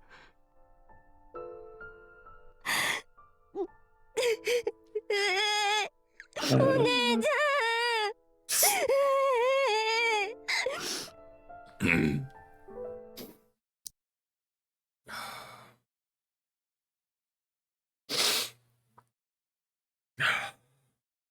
Yuto started to cry, so I left him in Uki's care as I took the phone out of my pocket and dialed a number I knew very well. I grew more and more anxious with each passing ring. クルス、どこ行ったんだよ。早く出ろよ。まさか一人で犯人のところへ行ったんじゃないだろうな。やめろよ、お前。But this is what you'd do if you found the killer first, right? I know exactly what you'd think. I suddenly felt like I heard her voice. いつまでも姉貴ぶるなよ。本当は泣き虫で臆病で僕に甘えてばっかのくせに。さっさと返事しろよ、バカ野郎。The only thing I heard was the endless ringing sound. November 3rd, 2015, Tuesday. Udagawa-cho, Shibuya. The path to Hekiho Academy.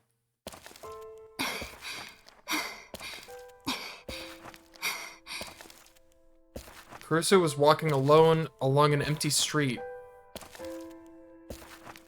Her breathing was a little heavy. She had been walking a long time and at a fast pace. She was wearing her school uniform. There was a school rule that said whenever you went on campus, you had to wear your uniform. It was funny to realize that she was obeying it now, even now.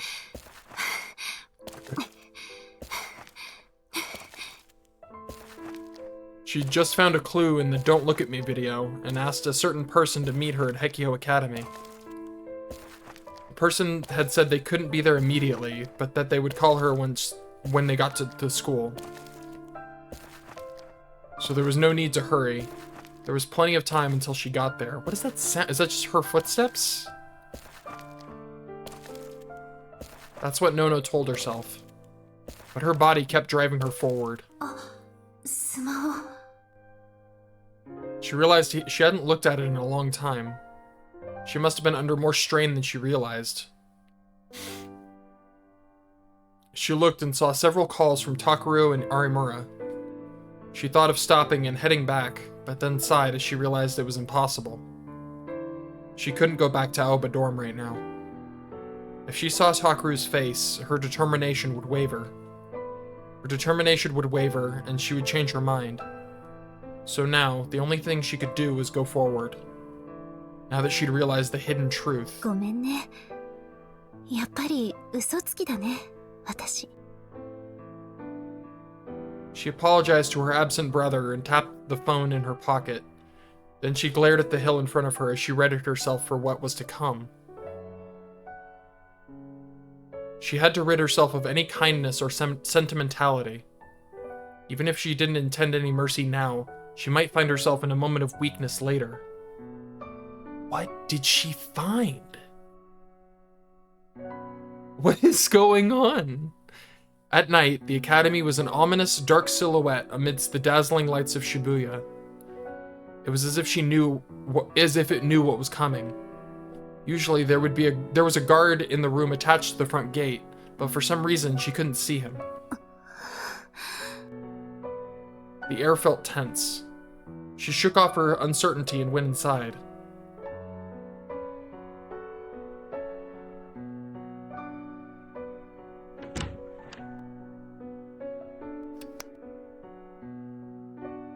She went into the dark newspaper club room and turned on the fluorescent lights. Nono had decided to wait here for her call, but when she arrived, she found something unexpected. The map is back up, yeah.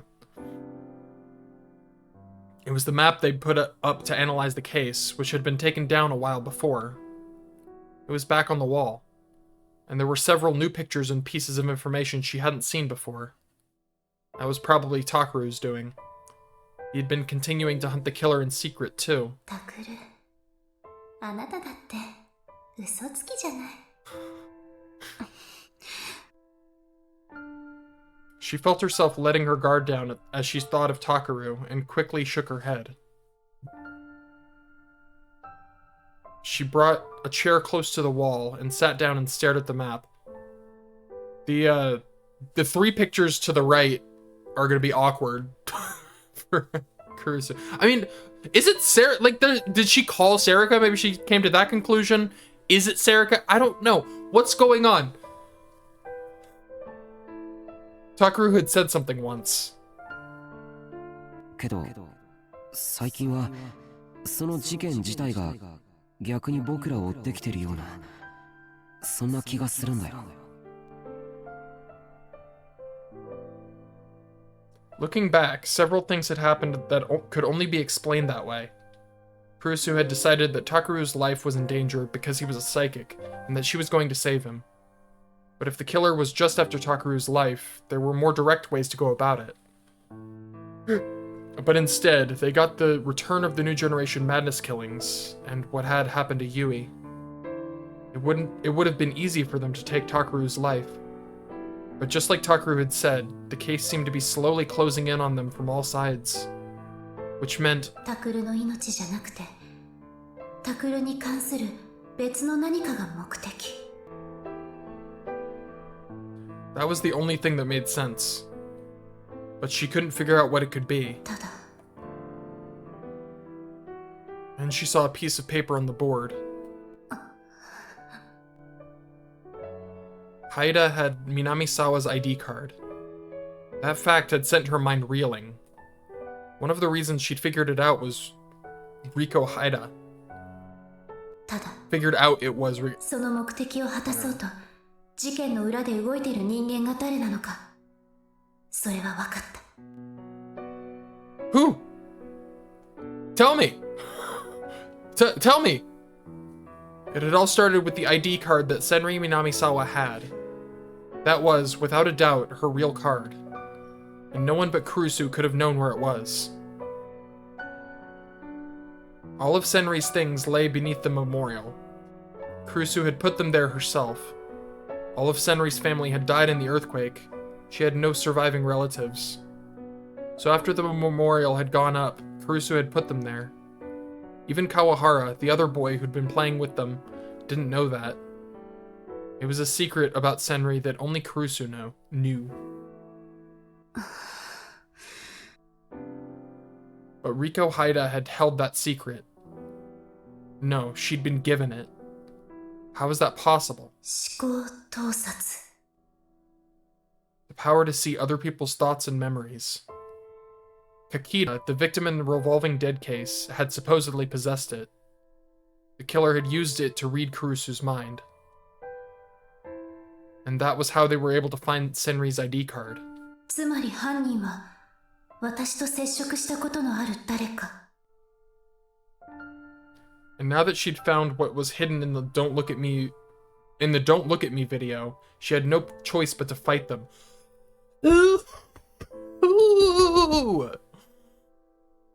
She'd probably made contact with them more than once or twice, because they were one of her closest friends. Is it Serica, or is it... ああなたとはどれくらいの付き合いになるんだったかしらね。That's... She suddenly remembered their smile. Her whisper echoed off the walls with no one to hear it. The countless after-school hours they'd spent together were some of the most important times in Kurusu's life. Or is it Senri? Is she talking about Senri and finally accepting that she's not dead? Meaningless conversations, shops they'd browsed together, but she couldn't think of any special memories. And that was very painful for her, because that was only a sign of how close they were. But I have to ask, I have to find out, even if the answer meant that things would never be the same. それともう一つ。 I'm like so... I'm like almost shaking at this point. Her thoughts went deeper. There was one more thing she had to ask. AH Tokyo General Hospital. That was where Takeru had seen Senri being experimented on 8 years ago. She'd been tied to a chair and slowly going mad when she'd seen a boy, Takeru, that she didn't know. She had no time to figure out who he might be. She shouted, "Help me," without even understanding what was going on. And the boy heard it and ran. Was he surprised at the horrible scene he saw? Or afraid?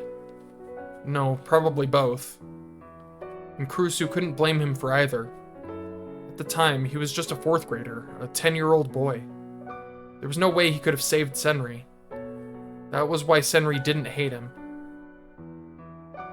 Kurusu knew that. She tried to tell Takeru many times and failed about her one big mistake. That was why she knew. And that was why she'd always been suspicious. 8 years ago, when that boy had witnessed Senri being experimented on, he was alone. He was outside the room where the experiment was being done. Just a single, timid boy peeking through a crack in the door. There was no one next to him. What?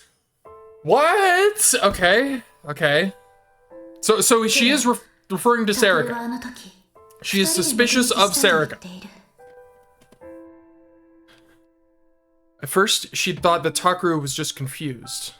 He'd been in a coma for over a year, and he was simply mistaken. But then she said the same thing. That they were together. It had been a thorn in her heart for a long, long time. 本当にあなたはあの時タクルと一緒にいたの? She reached out toward the computer, but in the end, she let her hands float in the air. She'd seen the video dozens of times. It wouldn't be any different here than it was in Aoba Dorm. What did she see in the video, though? Nor would the secret it concealed. Nor would it change what she was about to do. There was no changing any of it, it seemed.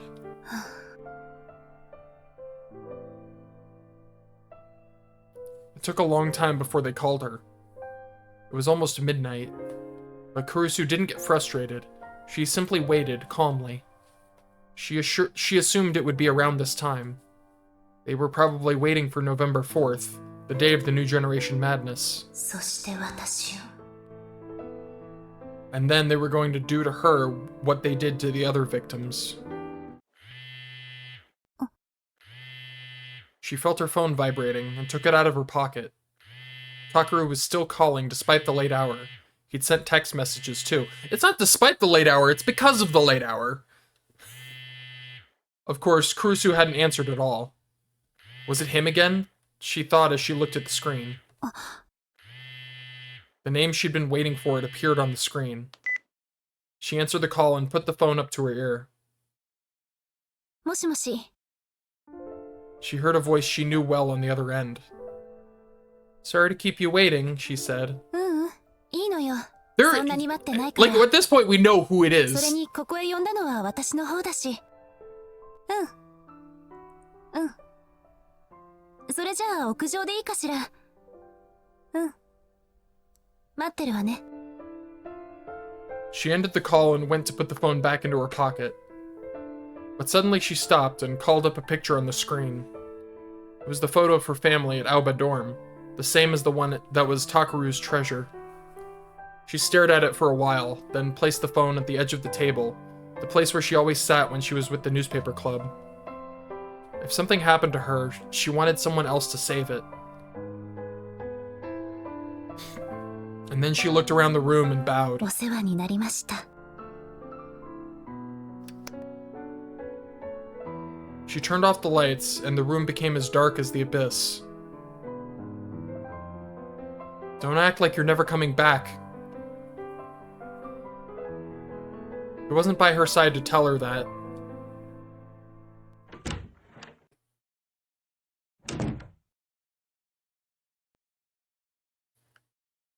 What the fuck is going on? What the fuck is going on? I was pulling my hair out in frustration. Same. What did she see? I'd already seen this video 1,000 times. It was, of course, the victim of Utani. The video of Utani. The don't look at me victim. He'd wept tears of blood, lost his arm, turned his desk red, and died. Not only was I watching a shocking gory video over and over again, I was desperately searching for what Kurisu had found.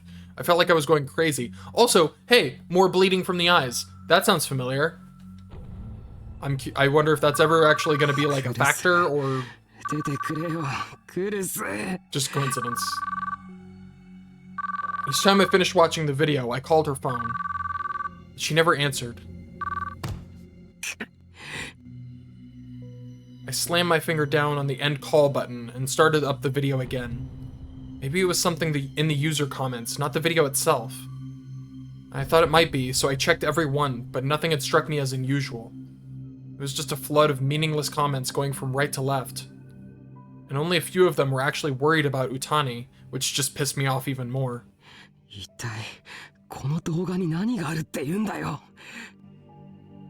I expanded it to fill the screen.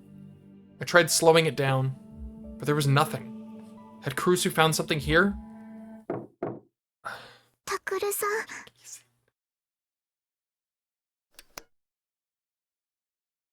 There was a hesitant knock on the door, and Uki came in. She had probably just been crying with Yuto. She was rubbing her swollen red eyes. ユウトは先生が帰ってきて見てくれてます。お薬を飲んだのですぐに眠れるだろうって。Her voice was still a little teary. 何かわかりましたか？いや、ダメなんだ。Uki looked very concerned as she watched me grit my teeth. 私、ののさんが何かを発見したとき、近くにいました。なんだか、いつもの冷静なののさんじゃなくて、だから、とても心配です。Uki seemed to be remembering what had happened. Seeing her only made me more worried. クルスのやつ、どんな感じだったんだ？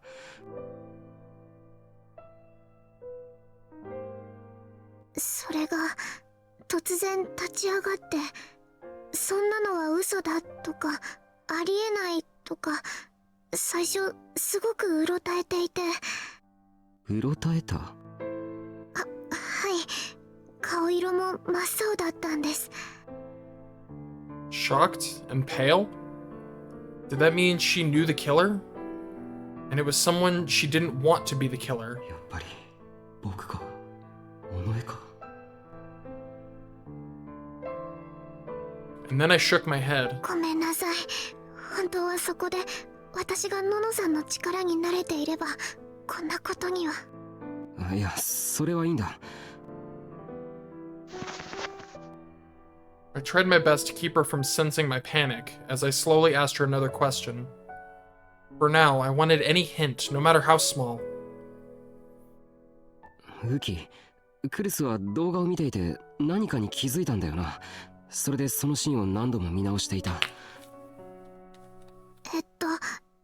多分そうだったと思います。それがどのあたりかわからないんだったな。すみません。 She looked down toward the ground. I quickly shook my hand at her. いや、責めてるとかじゃないんだ。そうじゃなくて。What should I do? What do I ask to get the hint I need? ダメだ、わからない。Tell me, Kurusu. Where's the clue? Come on, tell me. 情けないっすね、先輩。 That's unhelpful. And then, I suddenly heard a voice behind Uki. I looked up and saw Arimura playing with her twin tails. なんすかその顔。泣きそうじゃないですか。うるさい。お前に関係ないだろ。I yelled at her, even though I knew I shouldn't. And Arimura laughed. 関係なくないっすよ。そろそろ11月4日になるんですけど、ウキのそばにくっついてろって言ったの先輩でしょ。 This is not the time for this attitude. すまない。あと、クルス先輩のこと実は結構好きなんすよね、私。だから関係ないとか言われるとすっげームカつく。え？ Arimura's face suddenly became serious, and then she yelled. しっかりしなさい。そんなに焦ってたら気がつくものも気がつかないでしょ、このバカってクルス先輩なら絶対に言うと思います。有村。ねえウキ、クルス先輩が何かにびっくりして、でその後映像を何度も見直したんだよね。はい。その時ってどんな様子だったわけ？何かに気づいて驚いた後だよ。 Arimura put her hands on Uki's shoulders and started to ask more questions. ののさん、すごく真剣な顔になって怖いくらいでした。うん。で、イヤフォンにじっと耳を澄ませる感じで、こう何かを一生懸命聞こうとしてるというか。うん。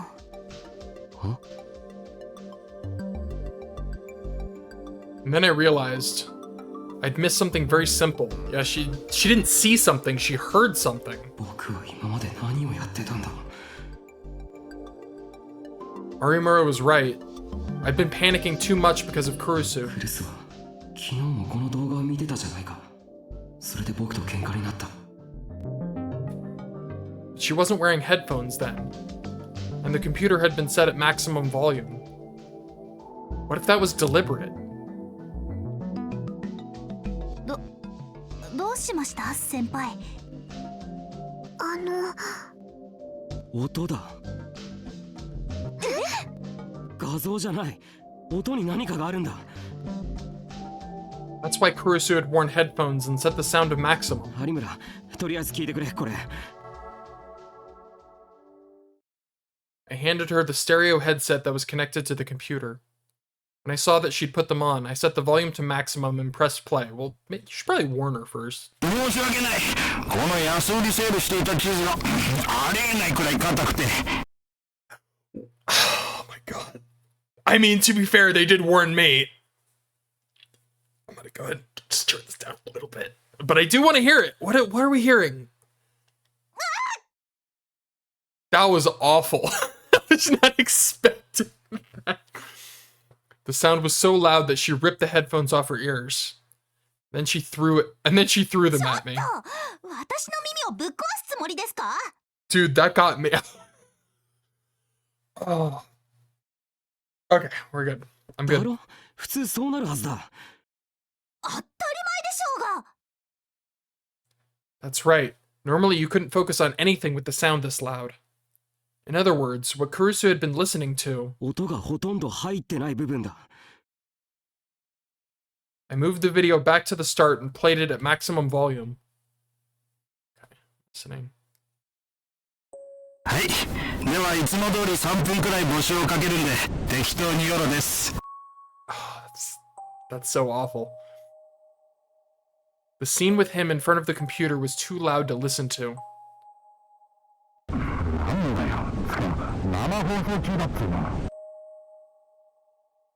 The sound got a little better when he left the computer, but it still heard at maximum volume. It was hard to imagine her listening to this part over and over again.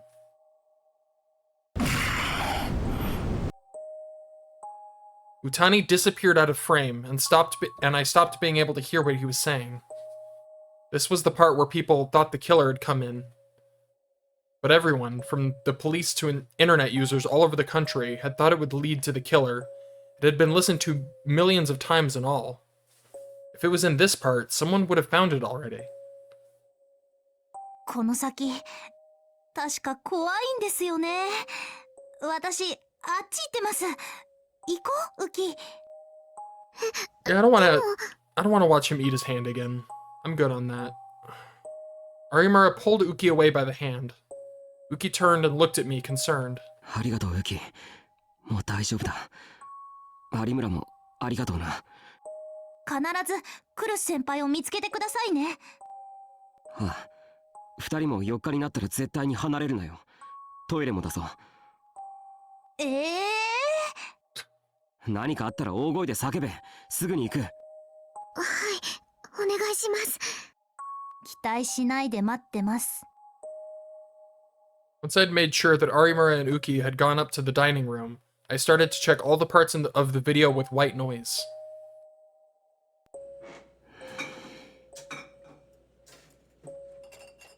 Not here. Oh, that knock. That knock is gonna haunt my nightmares. Not here either. No, there was nothing here. Or in this scene. Oh god, I know what that is. Nothing here either. Oh, I hate that. I believe that was him cutting through his bones. There were small sounds mixed in with the irritating white noise. I also can't... I can't stand the creepy, like the sumo sticker, like, with the wig in the corner, the recommended video. I don't like it. I want it to go away. It was harder than it looked to focus all your nerves on them. My hearing started to fade, and I started to lose my sense of balance. My head felt heavy, and I suddenly had a terrible headache. I grit my teeth and fought through the pain. Kurusu had gone through this, and in the end, she found something. I had to do the same thing. And then, I heard a tiny noise. I paused the video without even realizing I'd done so. 今の。は。I put my finger on the earphone in my right ear and pushed it in deeper so I could hear better. And then I used my left hand to move the video back and press play again. なんだ。 It's the frog! It's the frog thing! It's the, like, shush, shush, shush, shush, froggy... It's the broken froggy strap! Dude. It was the scene where Utani was cutting what he described as cheese beneath the dim fluorescent lights. And in between sounds of the knife, I could hear something else. もう一回。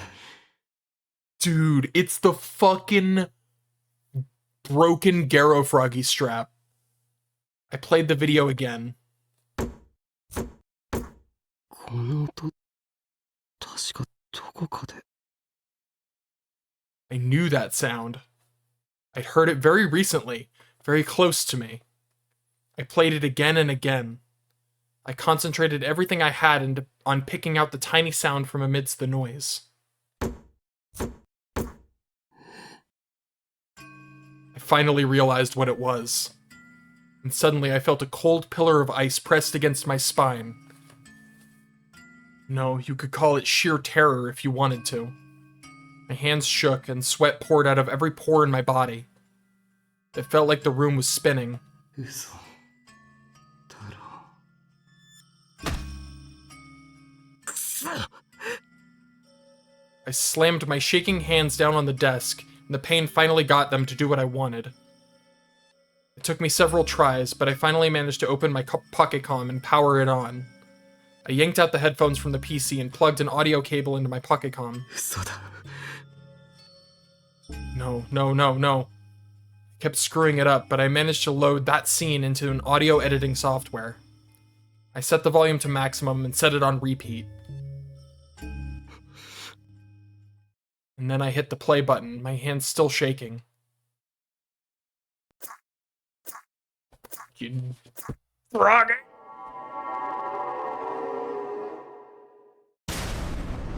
Could do without the eyeball. こんなの嘘だ。 I slammed the Pocket-Com down on the floor and called her on my phone. The phone rang and rang. Once, twice, 3 times. やっぱりクルスはこの音に気づいてる。 Kept ringing. 6 times, 7, 8. It was as if she was ignoring me. ダメだってない。 I ended the call, and this time I pulled up Kurusu's number. I tapped the call button, but I got the same result. なんでだよ。 They kept ignoring me. No matter how long I waited, I couldn't hear Kurusu's voice. I hung up the phone and ran out of the room without even knowing where I was going. November 4th, 2015, Wednesday. Oh no. The roof was normally a place for students to laugh and talk, but under the cold moonlight, the empty benches seemed silent and sad.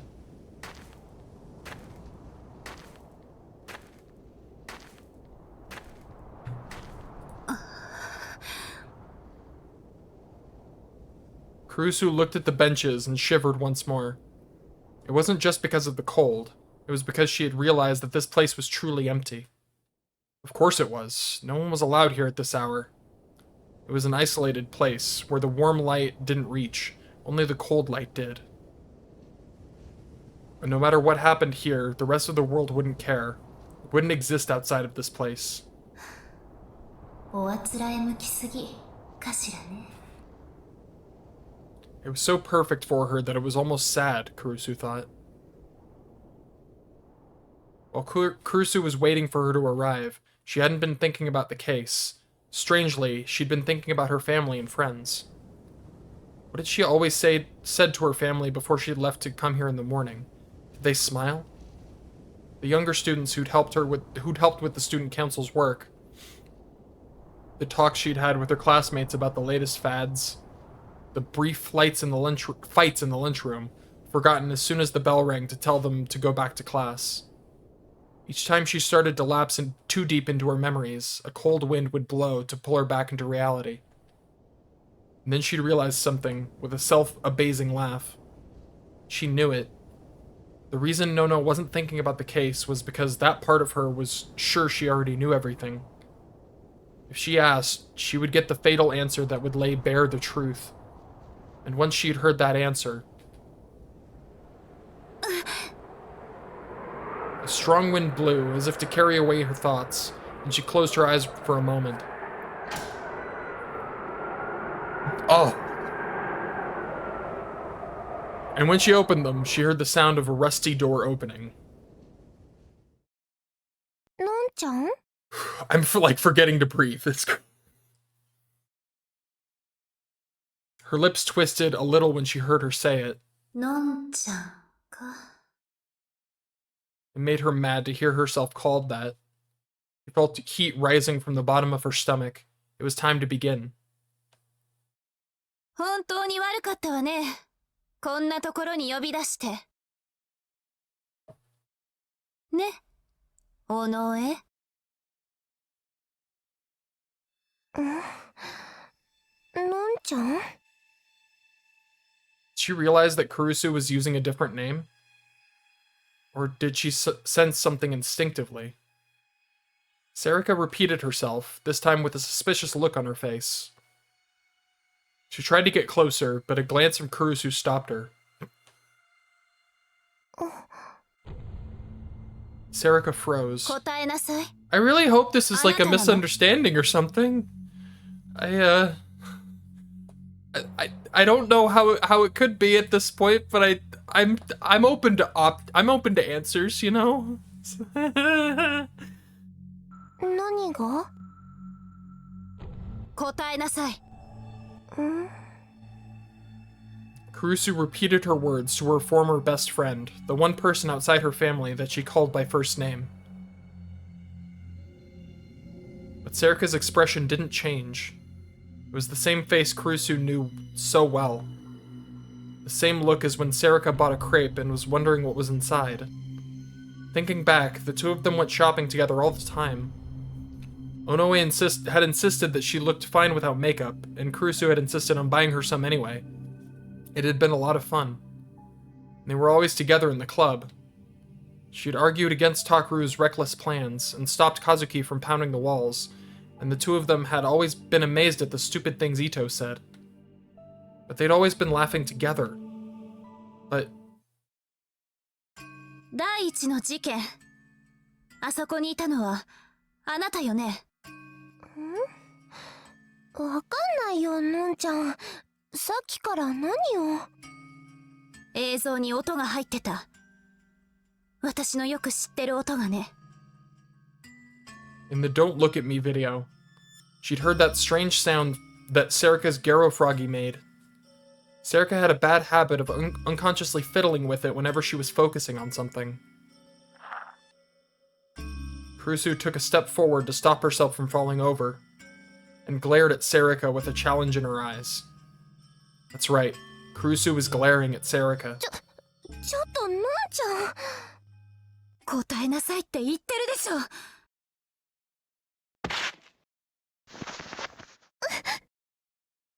Serika staggered back at the sound of her loud footsteps. Finally, her expression changed. There was fear in it. ユイは私たちの家族から消えてしまった。死んでしまったの。もう帰ってこないの。どうしてあんなことをしたの。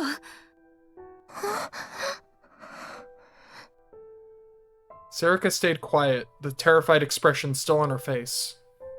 Was she really terrified by Kurusu? Or was she trying to fool her? Or... I don't know! I don't know!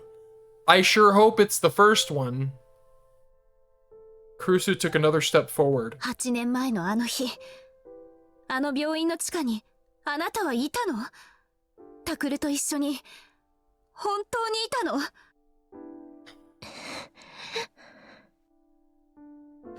答えられないわよね。だってあなたは絶対にあそこにはいなかったもの。それは私が一番よく知ってる。それじゃあ、あなたは一体誰？ Kurusu's question was something she'd wondered about ever since Onoe had said she'd gone into that basement with him. It was the one last thing she'd been unsure of, which she'd kept quiet about to protect her own secret. Until a little while ago, it had seemed that it didn't matter. She was willing to go her whole life without ever finding out, because Serika Onoe was someone she loved. But now... 言いなさい。あなたは誰？ But Serika said nothing, not a word. Did she really not know anything? The thought crossed her mind for a moment, but she quickly kicked it away. That was just what she wanted to believe. She'd had suspicions about Serika for a long time, but she'd ignored them because she was too afraid to ask. And the result of that had been Yui's death. Kurusu raised her hands and brought them together as if offering up a prayer. And the next moment...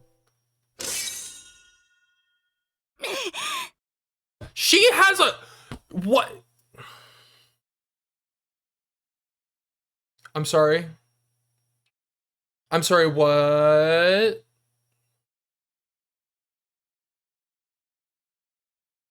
Okay, she got a sword. All right. Cool. She brought them down hard and straight, as if swinging a sword. She's got a sword. Okay, she's got a D sword. Interesting. Serica moved back just a little. Does Serica also have a D sword? Her movement might have looked like pure reflex, but Kurusu didn't miss it, which meant やっぱりそうなのね。 she also has one. They're both gigolomaniacs. That was the answer to everything. そうだったのね。 No. No! Serica's face became blank and expressionless. She didn't frown or sigh at her own failure. Her manner became that of a beautiful doll. No! Say it ain't so! So this track is sick? She was right. She'd been ready for it, but she still couldn't help but cry. She tried to stop herself. She grit her teeth, but Serica's gaze wasn't fixed on her anymore.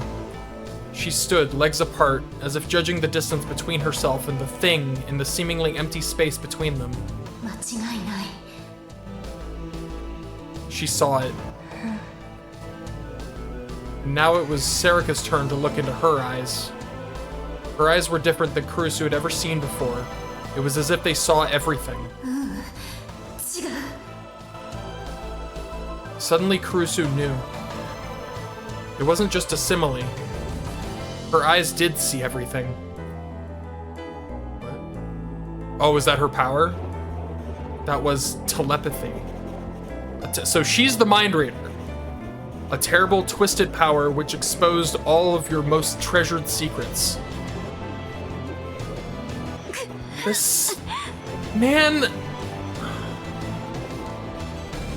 She heard the sound of herself clenching her jaw. And then she forgot her tears and turned herself over to the rage that was boiling within her.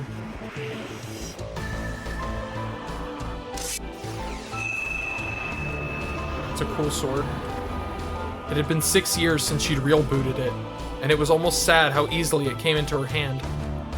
The D-sword. A monstrous blade that only those with the power to make delusions real could wield. She refused to look away from the light that she'd never wanted to see again as she pointed the blade at her opponent. あなたよね。南沢千里を使っていたのは。お前に言われたくないよ、クルスノノ。 Her voice made Kurusu shiver. I'm out of like guesses and speculation. I'm along for the ride. That's sick. And a blade even more wicked than her voice appeared in Serica's hands, opening like a blooming poisonous flower. It was beautiful. For a moment, she was blinded by the beauty of the weapon. She forgot that it threatened to cut her into her soft flesh.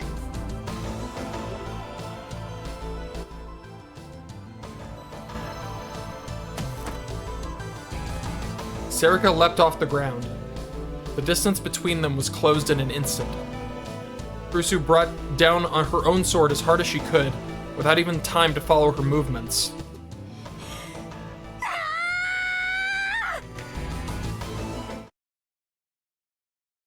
And as she screamed, ごめんね。 she could hear her voice.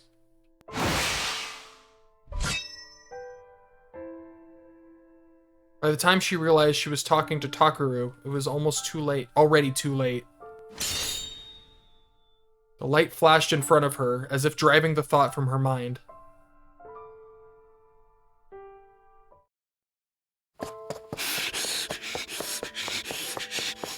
Why? Why, Serica?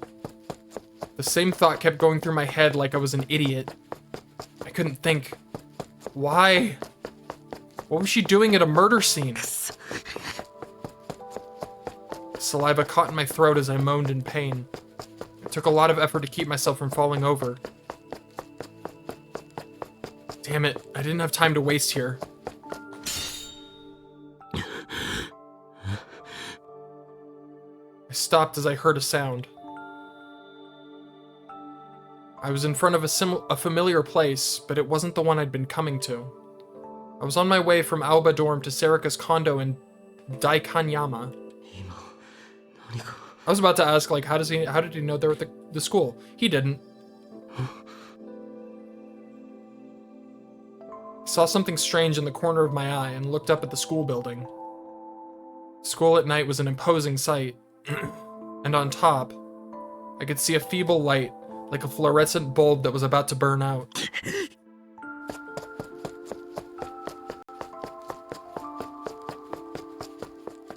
I started to run, dragging my feet forward as I went.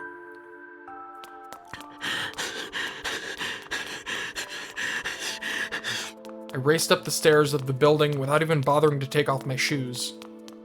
The lights in the yard illuminated my face with a certain rhythm as I ran. That light was something different. That strange, dull light.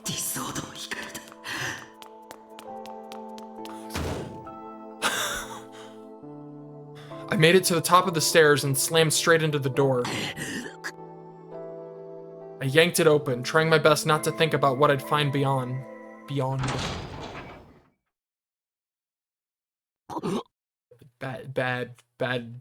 Bad things. The first thing I saw wasn't the light of the D-sword, but the red. My heart beat loudly, once, and then all was silence.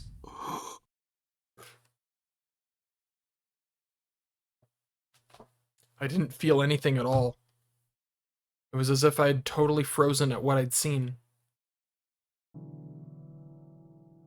She was lying on the ground in front of me. Her clothes were red. Someone was in front of them, looking over their shoulder at me. No, not someone. I knew her. She looked different than I'd ever seen before, and the deadly weapon in her hands made me shiver. And that weapon was deeply.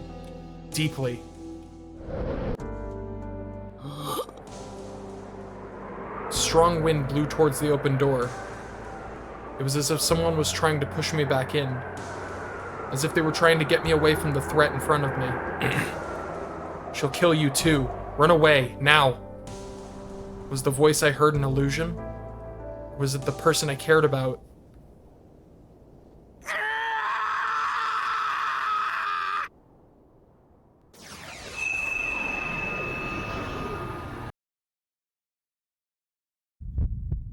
Suddenly, all sound disappeared.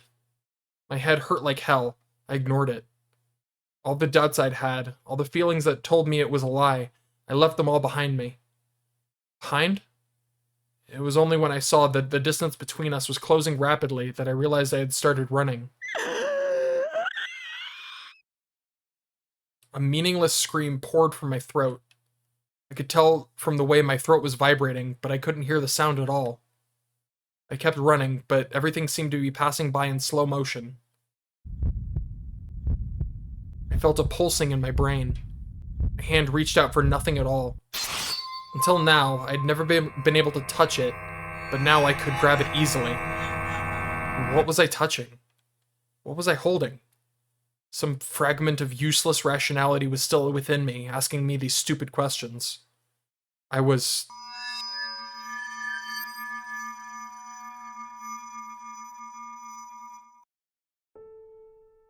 holding the thing that was going to slice her apart. My own delusions made manifest by real booting. A twisted blade that weighed nothing at all. When I swung the D-sword, it was more than close enough to hit her. She had already turned around, raised her D-sword up from below. Why did she have a sword too? I didn't know. But before I could think about it, I brought down my weapon with all my strength.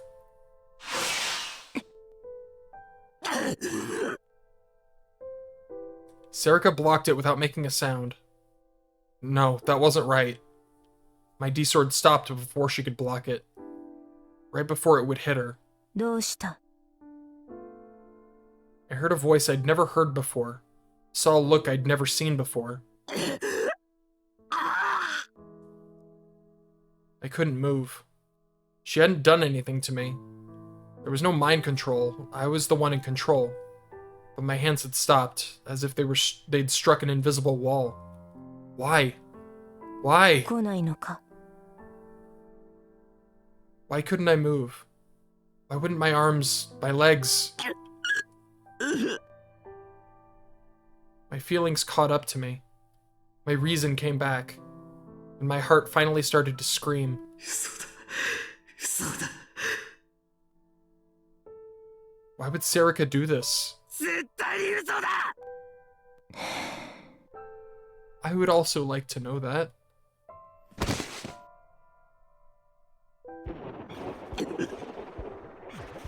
The pounding headache I'd forgotten came back, and I fell to my knees. My head felt like it was going to split. I grabbed it with both hands. At some point, my D-sword had disappeared. The will that I'd tried to strike Serica with was already gone. I dug my nails in and closed my eyes. I could feel the veins in my forehead with my hands. I felt something sticky on my knees. And I smelled a mild perfume. It was the same as before, when my little sister had been killed and ripped apart.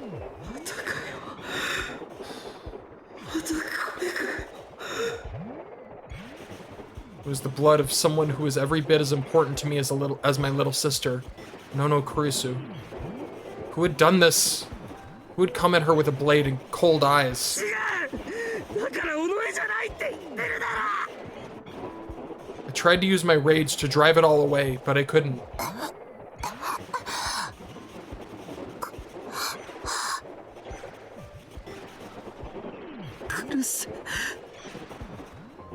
I heard a wordless voice. I forced my eyes to open.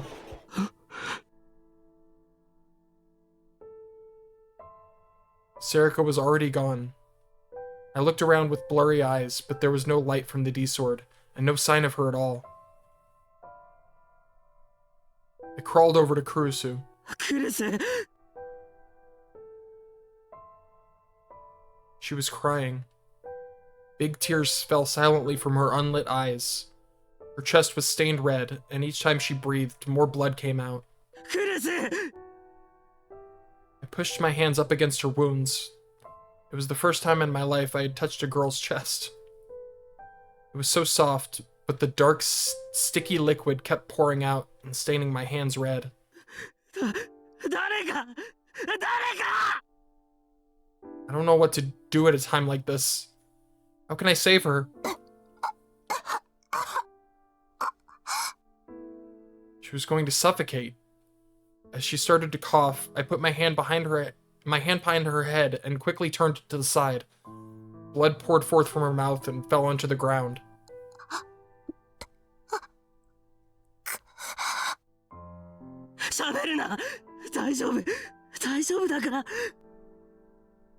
Tried my best to hold the wound closed.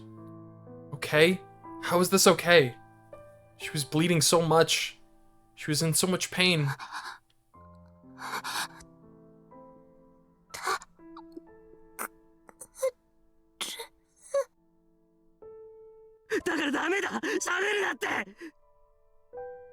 Kurusu's face twisted and she started to cry again. And...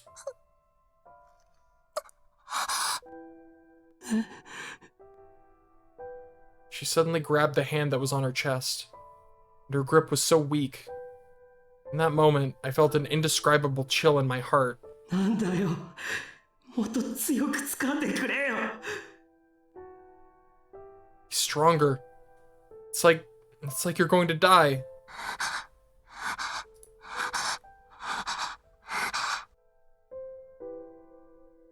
Breathing was getting so shallow that she couldn't speak. But she tried to grab my hand and bring it next to her head. ダメだ傷を抑えてないと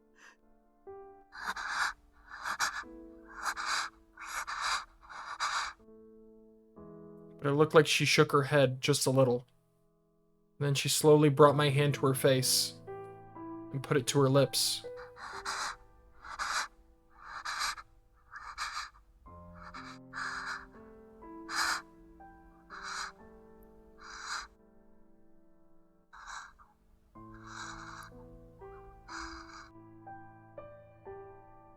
The red from my fingers clung to her purple lips and shone like beautiful gloss. 嫌だ。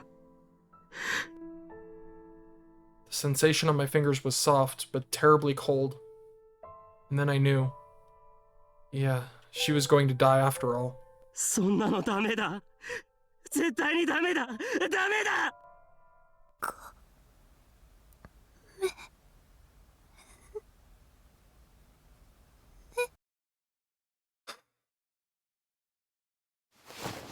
Her hand moved away from mine and fell to the ground.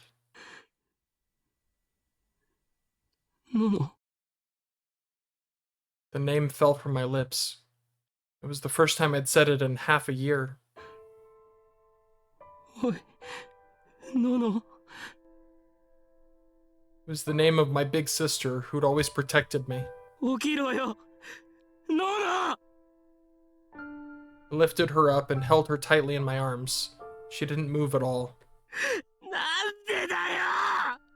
こんなのあれかよ。なあ、のの。のの。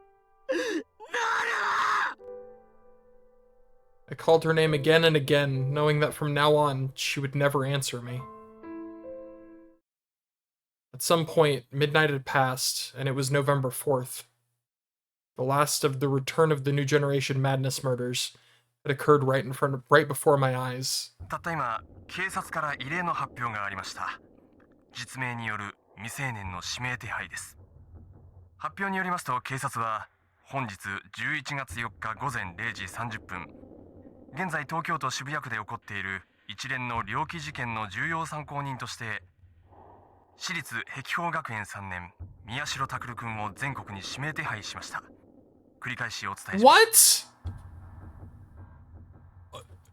What?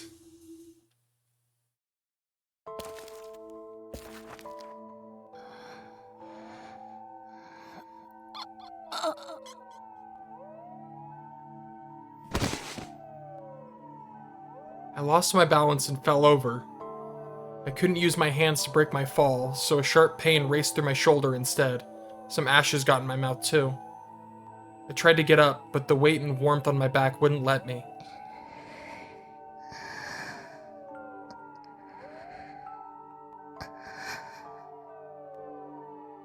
Sarika hadn't woken up for a while. She was breathing. I could feel the beating of her heart.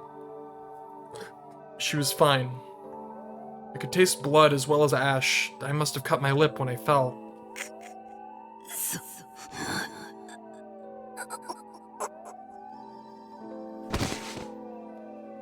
I somehow managed to stand up without dropping Sarika, cursing as I did so.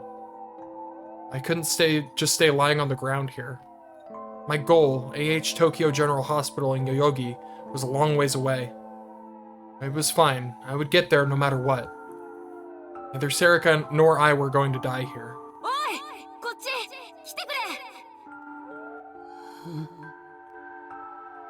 I saw people crowding around what was probably used to be a store.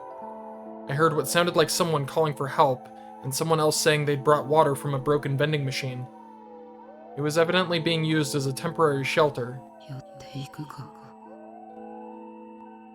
I was thirsty. I wanted water. No, I couldn't. That wasn't my priority. I knew that. I had lots of scrapes and small cuts, but none of my wounds were fatal. In an emergency like this, the most important thing wasn't water or food, it was finding a safe place. I'd learned that on the internet one time. And since I didn't know what was wrong with Sarika, she needed a specialist to look at her. There was no telling what might happen here in Shibuya. It was better to head to AH General in Yoyogi. そうだ。ここに留まってる情弱のあの人たちよりも状況の僕の方が上なんだ。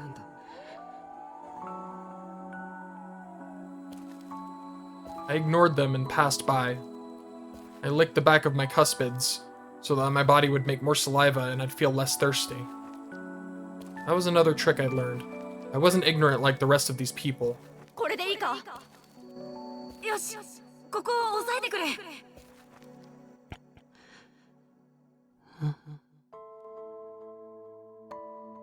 Something seemed strange. I suddenly realized that I knew some of the voices from the shelter. I looked and saw that they belonged to my classmates. I almost never went to school, but I vaguely recognized a few of members of the group. There was an adult woman lying on the ground between them. There was blood coming from her stomach and her head.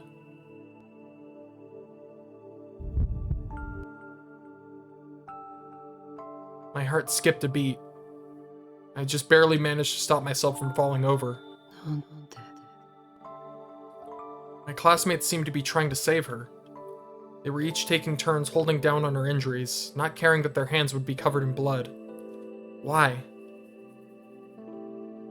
Why are you doing that? All you ever do is talk about stupid crap, and you never listen to me. Why aren't you panicking? You guys don't know anything, right? About priorities or cuspids? Why aren't you screaming? Why aren't you running? Why are you so calm? You never did anything useful with your time. You can't even use the internet. All your information is low quality.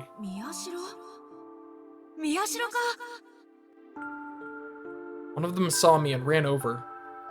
Then he started to ask if I had water, if I was alright, if I could help. Each new question came before I had a chance to answer the last one. I'd seen his face, but I didn't know his name. So how did he know my name?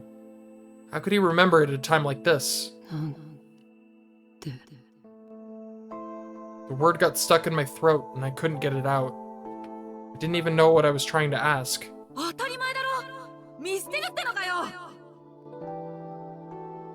I didn't know how he'd interpreted my response, but he just suddenly started yelling. Then he grabbed my arm and told me to come with him. Wait, the woman's hurt. I have to save her. No, I have to get to AH General Hospital. I saw lots of injured people on the way here. That's right, this place was dangerous. My top priority was finding someplace safe. That was what my information told me. No matter how hard he pulled, I didn't move. Nothing moved, actually. It felt like I was outside my body, watching him pull it. Why wasn't I moving? Was I scared? Of course I was scared. If she was hurt, I should help her. Like my classmates were. Wait, I wasn't like them, right? I was a right-sider. No, they were doing the right thing.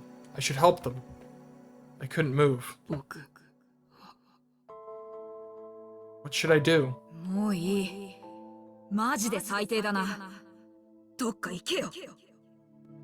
Wow. He spat out the words as he let go of my arm. He ran back to his friends, and they all started to take turns pressing down on her injuries again. He whispered something to them, and they all looked at me for a moment. There was a disgust in their eyes. Their eyes said more than words ever could. I hope I never end up like him, they said.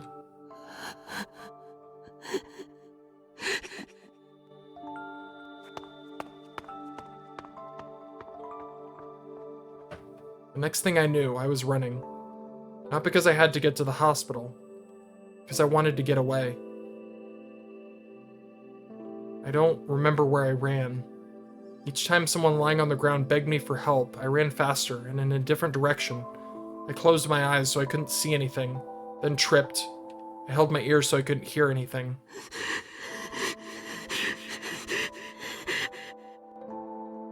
My body was shaking. I felt coldness pressing in from all around me, like I'd never felt before. Why was I running? I was the right-sider. While they were learning about useless nonsense at school, I was becoming smarter than them. I should be the one looking down on them. I knew lots of things they didn't. I should go back and tell them what to do. Were they treating her injuries right? Were they doing it in the right order? I could make the right decisions.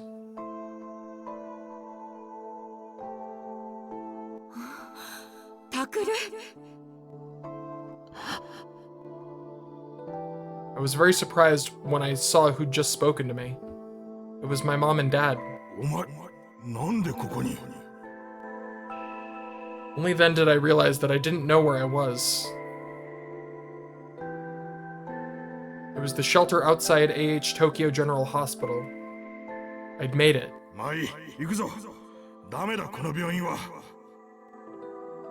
Dad motioned to Mom and I'd keep moving.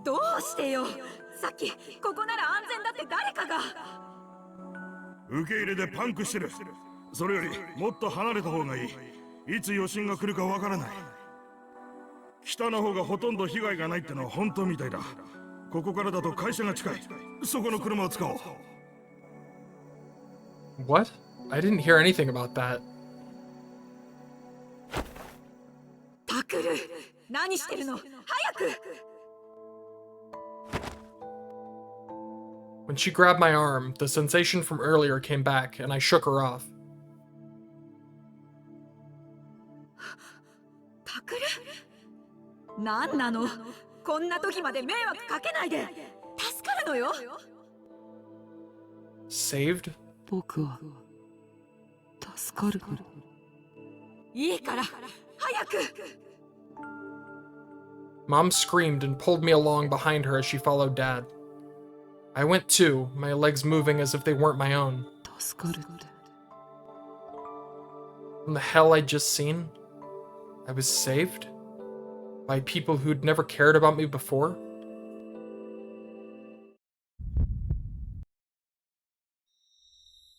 There was a sharp pain in my head. I shook off her arm. タクル！タクル！ My mom was screaming, but I didn't know what she said. I couldn't hear. My head hurt and I didn't know why. My vision started to blur and I could feel my body starting to go numb. Then my nails were digging into my head, but I couldn't feel them. I tried to think through the pain. Saved? Me? Why? These people had always neglected me. Now they were going to save me? Why? You two just happened to find me here, which means you were going to leave me, right? You ignored me for so long, and now you're going to save me? I'm supposed to accept that?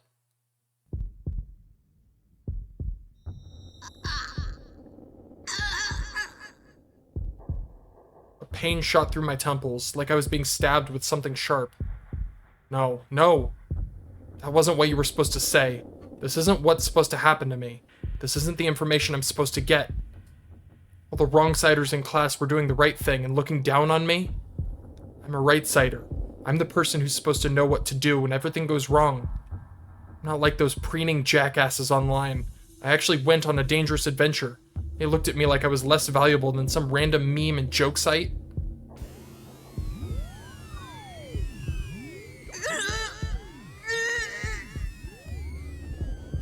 Now you people are going to save me? You, the people who just gave me 1,000 yen instead of taking me out to dinner on my birthday? Hell no. I'm not the kind of person who just gets saved by parents who don't even want him. Shut up. You're the ones who are in the way. What can I do? What do I want to do? Why am I here? I thought of my childhood friend. That's right, where's Serica? I'd come here to save Serica. I couldn't feel her on my back through the pain in my head. That's right, I'm doing what I'm supposed to do. I'm saving someone's life. Serica will understand that. She always tells me I'm right. She understands what I have to do.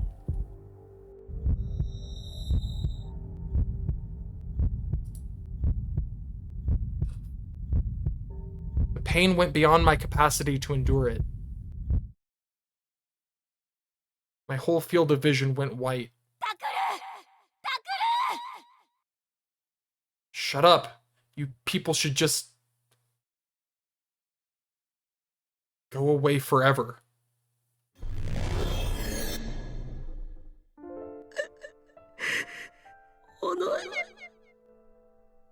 Serica, save me. Please, please.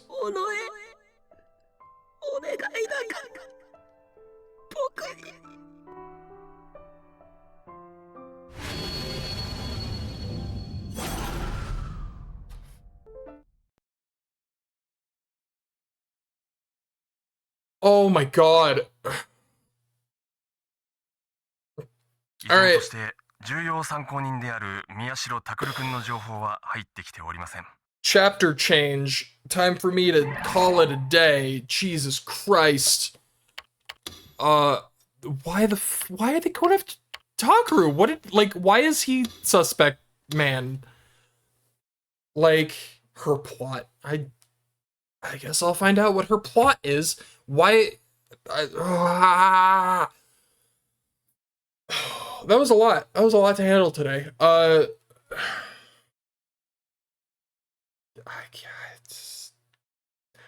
wish I could. I wish I had like the endurance to just play for like 10 hours straight or some shit. Because I don't want to stop, but I just don't have the mental energy to go for that long. What the fuck, dude? All right. I'm gonna leave now. Bye. Still don't know how to end these. Bye.